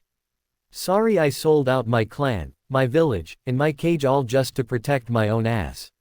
He imagined saying that to Motosuwa as he was being interrogated. He could easily imagine Motosuwa nodding and accepting his apology. Then tell one of his Anbu which bone to break next, always in that polite tone of course. He shuddered and got moving. The message from Jiraiya had said to meet him at the bathhouse at 11. XXXXXXXXXXX. Ah, Jiraiya said peacefully as he sank into the warm water. The others were already enjoying the hot bath. So how long do we stay here? Nanashi asked. As long as we like. Jiraiya laughed. Why? Do you have somewhere to be? XXXXXXXXXXX. Nudoru was about a third of the way there on an empty street when he was suddenly surrounded by Motosuwa and 3 masked Anbu. In the name of the Tsuchikage I place you under arrest. Motosuwa said calmly. No, Nudoru shouted. Before he could even try to get away, one of the Anbu struck him in the back of the head and knocked him out. The other 2 Anbu members took a hold of him before he could fall. Motosuwa looked to the rooftops. The 2 of you report in. Almost instantly 2 more Anbu were standing before him. Sir, has something happened? Motosuwa merely nodded. I was given the name of this traitor and granted permission to arrest him. I want the 2 of you to go to his home and begin a thorough search. Tear it apart and find evidence to the degree of his treachery. I will be taking him to Anbu headquarters. Hi. Both men bowed and disappeared. Motosuwa turned to the others and the prisoner. We have no time to waste, let's go. They began to move like a flash over the rooftops. XXXXXXXXXX. At the gate a pair of Chunin looked up as 3 Anbu rushed past with an unconscious prisoner. They were about to call out when Motosuwa stopped before them. I am under orders from the Tsuchikage to transfer a prisoner. He held out an order obviously in the Tsuchikage and bearing both signature and official seal. The 2 Chunins simply nodded. They both knew who he was and had no desire to impede him. Motosuwa quickly left to follow the others. XXXXXXXXXX. Could you help me with something? A small polite voice spoke. Jiraiya opened his eyes. He was not surprised to see Motosuwa and 8 fully dressed Anbu standing around the edge of the water. You know you're going to need to take some clothes off to enjoy the water. I am not here for the water. I am here because I received a report that 2 of my agents had begun to search a home without my permission. When I spoke to them they claimed I had ordered them to conduct a search after I had arrested Nudoru. Jiraiya looked surprised. You arrested a member of the council. Why? I did not arrest him, though I had desired to. He was suspected of high treason. Really? He didn't seem the type. Sighing, Motosuwa took out a kunai and tossed it at Jiraiya's chest. As he had expected, Jiraiya disappeared in a puff of smoke. He quickly took out 3 shuriken and did the same to the others who also disappeared. Well, this is unfortunate. He turned to the Anbu standing to his right. Jiraiya and his companions have no doubt already left Iwa. I want 3 hunter squads sent after them immediately. Tell them their orders are strictly to eliminate Nudoru by any means. Since he is now under the protection of a Sannin, that will prove extremely difficult, trying to recapture him would likely be impossible. Also send a squad to his home to arrest all members of his household and secure the location for a proper search. The Anbu nodded and disappeared. Motosuwa wore a small frown. The Tsuchikage will not be pleased. XXXXXXXXXXX. About 15 miles outside of Iwa, Jiraiya laughed. He was still in Motosuwa's image, but the laugh was in his own voice. It took them 15 minutes to figure it out. That was actually better than I expected. I still can't believe that no one spotted our henges. Yamato said. Jiraiya smiled confidently. It looked somehow wrong on Motosuwa's face. I never thought they would. No one thinks to check for henge when the situation is one that seems plausible. They only ever check when something is unusual. Yamato considered that. You know that's true, maybe we need to give our own security forces some training on that. Jiraiya shrugged. Alright, they'll definitely send hunter nins after us, but with a 15-minute head start we should be able to escape them. We'll all take soldier pills and keep going non-stop until we reach our destination. Where's that? Naruto asked. Jiraiya chuckled. You don't need to know. Actually I do. Oh yeah. Jiraiya turned back to look at Naruto. And why's that, kid? Naruto smiled. Because I'm not the real Naruto, I'm just a clone. The real me is still in Iwa. What? Jiraiya screamed. Kid, what the hell were you thinking? I was thinking I wouldn't abandon someone who was family and that you wouldn't help me. Damn it Naruto, this is no game. You know why I made the choice I did? Naruto nodded. Yeah, you did what was best for Konoha and I understand that, which is why I helped. But I also have a duty to my clan and my family that is every bit as important to me as my duty to Konoha. Godmother has a habit of saying that she's acting as the Hokage whenever she makes a decision she doesn't want to. I can understand that, and I know there are times when you can only choose one or the other. But in this case I've decided to do what's best for my village and my family. By making a suicide run. Yamato said grimly. Naruto grinned and shook his head a bit. Oh, have you no faith in you future Hokage? Kid, this is serious, Jiraiya said. You are completely on your own in a village packed with enemy ninjas. What do you plan on doing exactly? I plan to save my relative and then either sneak out or if I have to fight my way out. Then I'll meet you wherever it is you're heading. Jiraiya looked at him. Kid, he said quietly. The odds of you making it out of Iwa are long. Naruto gave him an easy smile. Don't worry about me. I'll be fine. He spoke with absolute conviction. I will never die until I am Hokage. Jiraiya stared at that smile. We're going to a small fishing town in Waterfall near the border. It's called Atsugi, and we should be there in 3 days. Naruto nodded. A fishing town in Waterfall called Atsugi, I'll meet you there in 3 days. He gave them all a simple wave and disappeared in a puff of smoke. Yamato turned angrily to Seishu. You knew about this, didn't you? Seishu nodded and answered calmly. Yes, I did. How could you have helped him do this? He's going to die there. Seishu gave the Anbu captain a hard look. Naruto is the finest ninja I've ever known and I'm damn proud to call him my grandnephew. I would have stayed behind too, but he insisted I go with both of you because he was sure he could not only rescue our kinsman but escape. And you know what? I believe him. I think he can do it. And if he can't? Seishu was silent for a moment. Then he will fall to try and save someone precious to him. It is his choice and no ninja could ask for a better end. It doesn't matter now. Jiraiya interrupted to prevent an argument. It's done and we can't change it. Either he'll meet us in Atsugi or he won't. We can't do anything about him now, we need to worry about ourselves and Nudoru. That put an end to discussion and the three of them hurried on with their burden slung over Jiraiya's shoulder. Despite being so far away, Jiraiya took a quick look back over his shoulder in the direction of Iwa. You better survive this, kid, or Tsunade and Kushina are going to take turns murdering me. XXXXXXXXXXX. Naruto had used a henge of an Iwa Anbu as he approached the jail. He dropped it. He had the same appearance as he'd had entering the village. He was surprised that there were no ninja on guard duty. There were just a couple of ordinary guards who couldn't mold chakra. He knew of course that it was a trap. But it didn't matter. He quickly and easily knocked out two guards and dragged them inside the building. The prisoner in the last cell immediately came to his feet as the strange ninja approached. Hey, you must be my uncle. Or I guess you could be my second cousin. I mean, Seishu is my grand uncle and he says you're his nephew, so that would mean you'd have to be either my uncle or second cousin, right? While talking, Naruto had concentrated chakra into his right hand and quickly ripped the cell door off its hinges. Approaching the prisoner, he'd quickly snapped off his chains. I'm really happy to meet you. The older man stared at him. He slowly nodded. Well, I'm very happy to meet you too. So I guess we're family. Naruto nodded eagerly. So you are an Uzumaki. Naruto shook his head. No, technically I'm a Namikaze, but my mother is an Uzumaki, so I am an Uzumaki by blood if not by name. He nodded. Who is your mother? Naruto was about to answer that when he felt chakra signatures from outside. We have company. Naruto quickly knelt down in the cell and pulled out a scroll, inkwell, and brush. He quickly began writing out the necessary words and symbols. Jiraiya had taught him what to do and he was very careful to get it exactly right.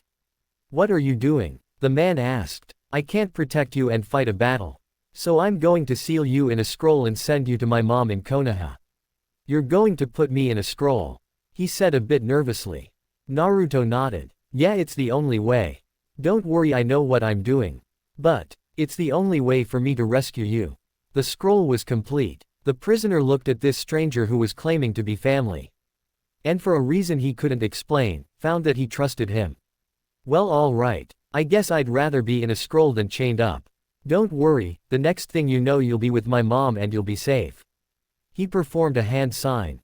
Seal. The older man disappeared and the symbol for human appeared upon the scroll.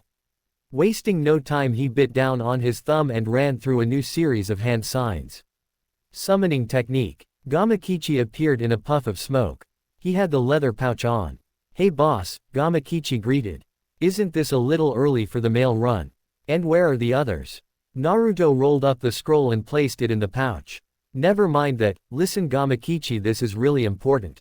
I need you to bring this scroll to my mom and tell her one of our clansmen is sealed within and she should release him and take care of him. No kidding. No, it's really important. Can I count on you? Gamakichi nodded. You got it boss. Thanks Gamakichi, I owe you big time. Will I still get 2 bags of chips for this? Naruto grinned. For this I think my mom will cook you a 7-course meal. With an excited nod, Gamakichi disappeared. Naruto could feel more chakra signatures gathering all around him. That did not worry him in the least. Seishu had told him about the Uzumaki prisoners who'd been captured and worked in the granite pits until they died from exhaustion. He remembered all the stories his mom had told him about the Iwa Nins and their cruelty. It was easy to feel anger at all the wrongs that had been inflicted on his clan.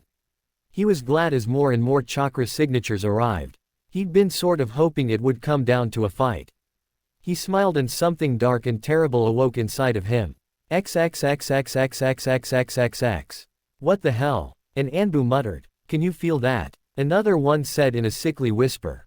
What kind of chakra? Yet another wondered aloud. Be quiet, Motosuwa said, admonishing his agents. Do try and remember that we are Anbu and not a bunch of school children. He could understand why they were worried. He had never before felt such a powerful chakra, nor one with such an overwhelming evil taint to it. But that was no excuse to forget one's professionalism. You there in the prison? Motosuwa called out. I know you are alone. If you surrender I will guarantee your life. You are completely surrounded by 50 Anbu ninja, there is no hope of escape. Surrender peacefully and your life will be spared. They could hear a deep laughter coming from inside the jail. Their enemy was still inside though and so they could not see him. You need some more healthy bodies for the granite quarry. No thanks, I'll pass. Motosuwa signaled and 4 Anbu moved silently to the jail's door. If you resist you will only make things harder for yourself.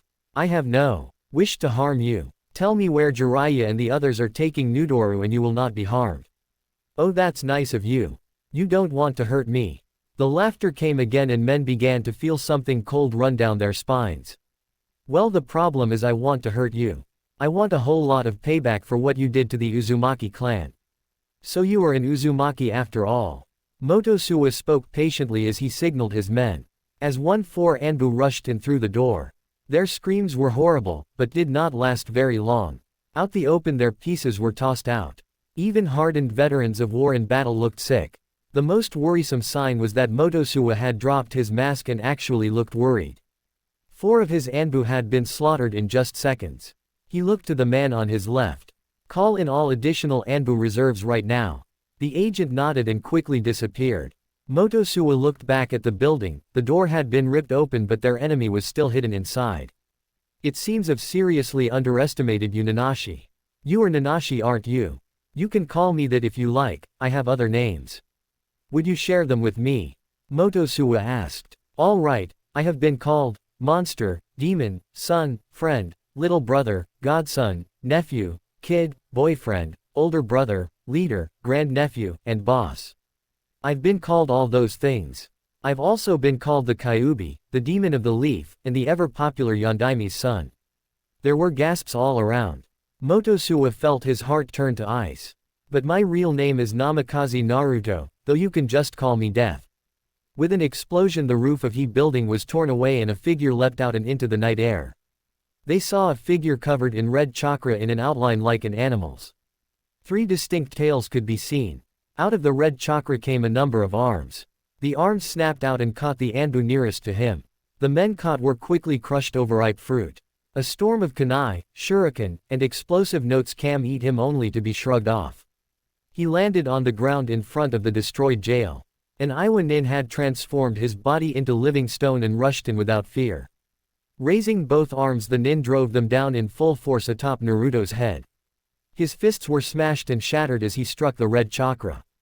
Smiling, Naruto had a chakra arm rise and smash down on the Anbu's head, smashing him to rubble, which quickly became meat. One Anbu opened his mouth and spat out a stream of fist-sized stones as well as dirt and stone. Another clapped his hands, boulders appeared out of an empty sky and rained down on Naruto. Another performed a jutsu and Naruto could feel himself being pulled into the earth. Naruto laughed. They thought these were offensive jutsus. They had no idea, but he would show them. He began a complex series of hand signs. XXXXXXXXXX. As Motosuwa watched the battle unfold, he thought back to the mistake he had made 6 years earlier. He had sent out a team of 2 elite Anbu operatives to Konoha to assassinate an academy student. The boy's name was Namikaze Naruto and he was the only son of the dreaded Yellow Flash of Konoha. The mission had ended in failure with 2 Anbu dead. An order had then come down from the Tsuchikage himself that there would be no more attempts. Motosuwa finally understood what a terrible mistake he had made. Not in trying to kill the boy, that had been a good decision as present events were bearing out. He should have sent 2 teams of Anbu. Recognizing some of the complex signs, Motosuwa worked a jutsu of his own. Earthworm technique. His body quickly phased in the earth. Just in time. XXXXXXXXXX. He slammed his hands together. Kamikaze no jutsu. He unleashed the massive power of his chakra into the air all around him. He watched as the buildings in front of him were torn apart and torn down and as his enemies were sliced to pieces. In short order, everything in front of him was laid to waste. He could feel more chakra signatures heading his way. He was turning to face them when he felt his left arm feeling a little numb. Already? I've hardly started. He wanted to tear them apart.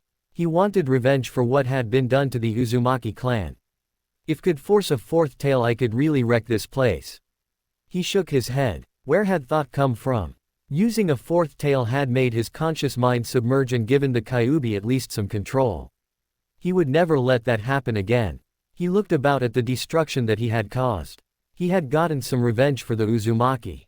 I can't stay and fight to the end, that really would be suicide. I need to go so I can catch up to everyone. His red eyes glinted and his fanged teeth turned up in a smile. But I'll leave something behind to cover my retreat. He worked some hand signs. Kage Bushin no Jutsu. 500 red chakra clones came into existence. He was glad that he only felt a little tired. He'd be able to hold on to the red chakra cloak for a little while as he escaped. He'd have 20 clones with him to help him escape and carry him if he was too exhausted. He went over the wall with his escort while the rest pulled out their swords and went to meet the approaching Anbu. XXXXXXXXXX. Shadow clones. An Anbu realized. He pulled out a pair of kunai and hit the 2 coming at him. The kunai hit their target. The clones left and still came on. As the Anbu realized there was something wrong, one sword went into his belly while another sliced open his throat. The Iwa Anbu quickly found themselves locked in a desperate fight with the red chakra clones. XXXXXXXXXX. Miles away as each clone was destroyed, he received their memories. He smiled as he saw the rock nins paying a price for what they had done. And of course he had saved his clansmen. Now all he had to do was meet up with the others. He let the red chakra go and exhaustion slammed into him. 2 of his clones grabbed him without missing a beat and they kept moving at top speed away from the village hidden in the rocks. Just before sleep took him, he wondered how his mom would react to what he'd sent her. XXXXXXXXXX.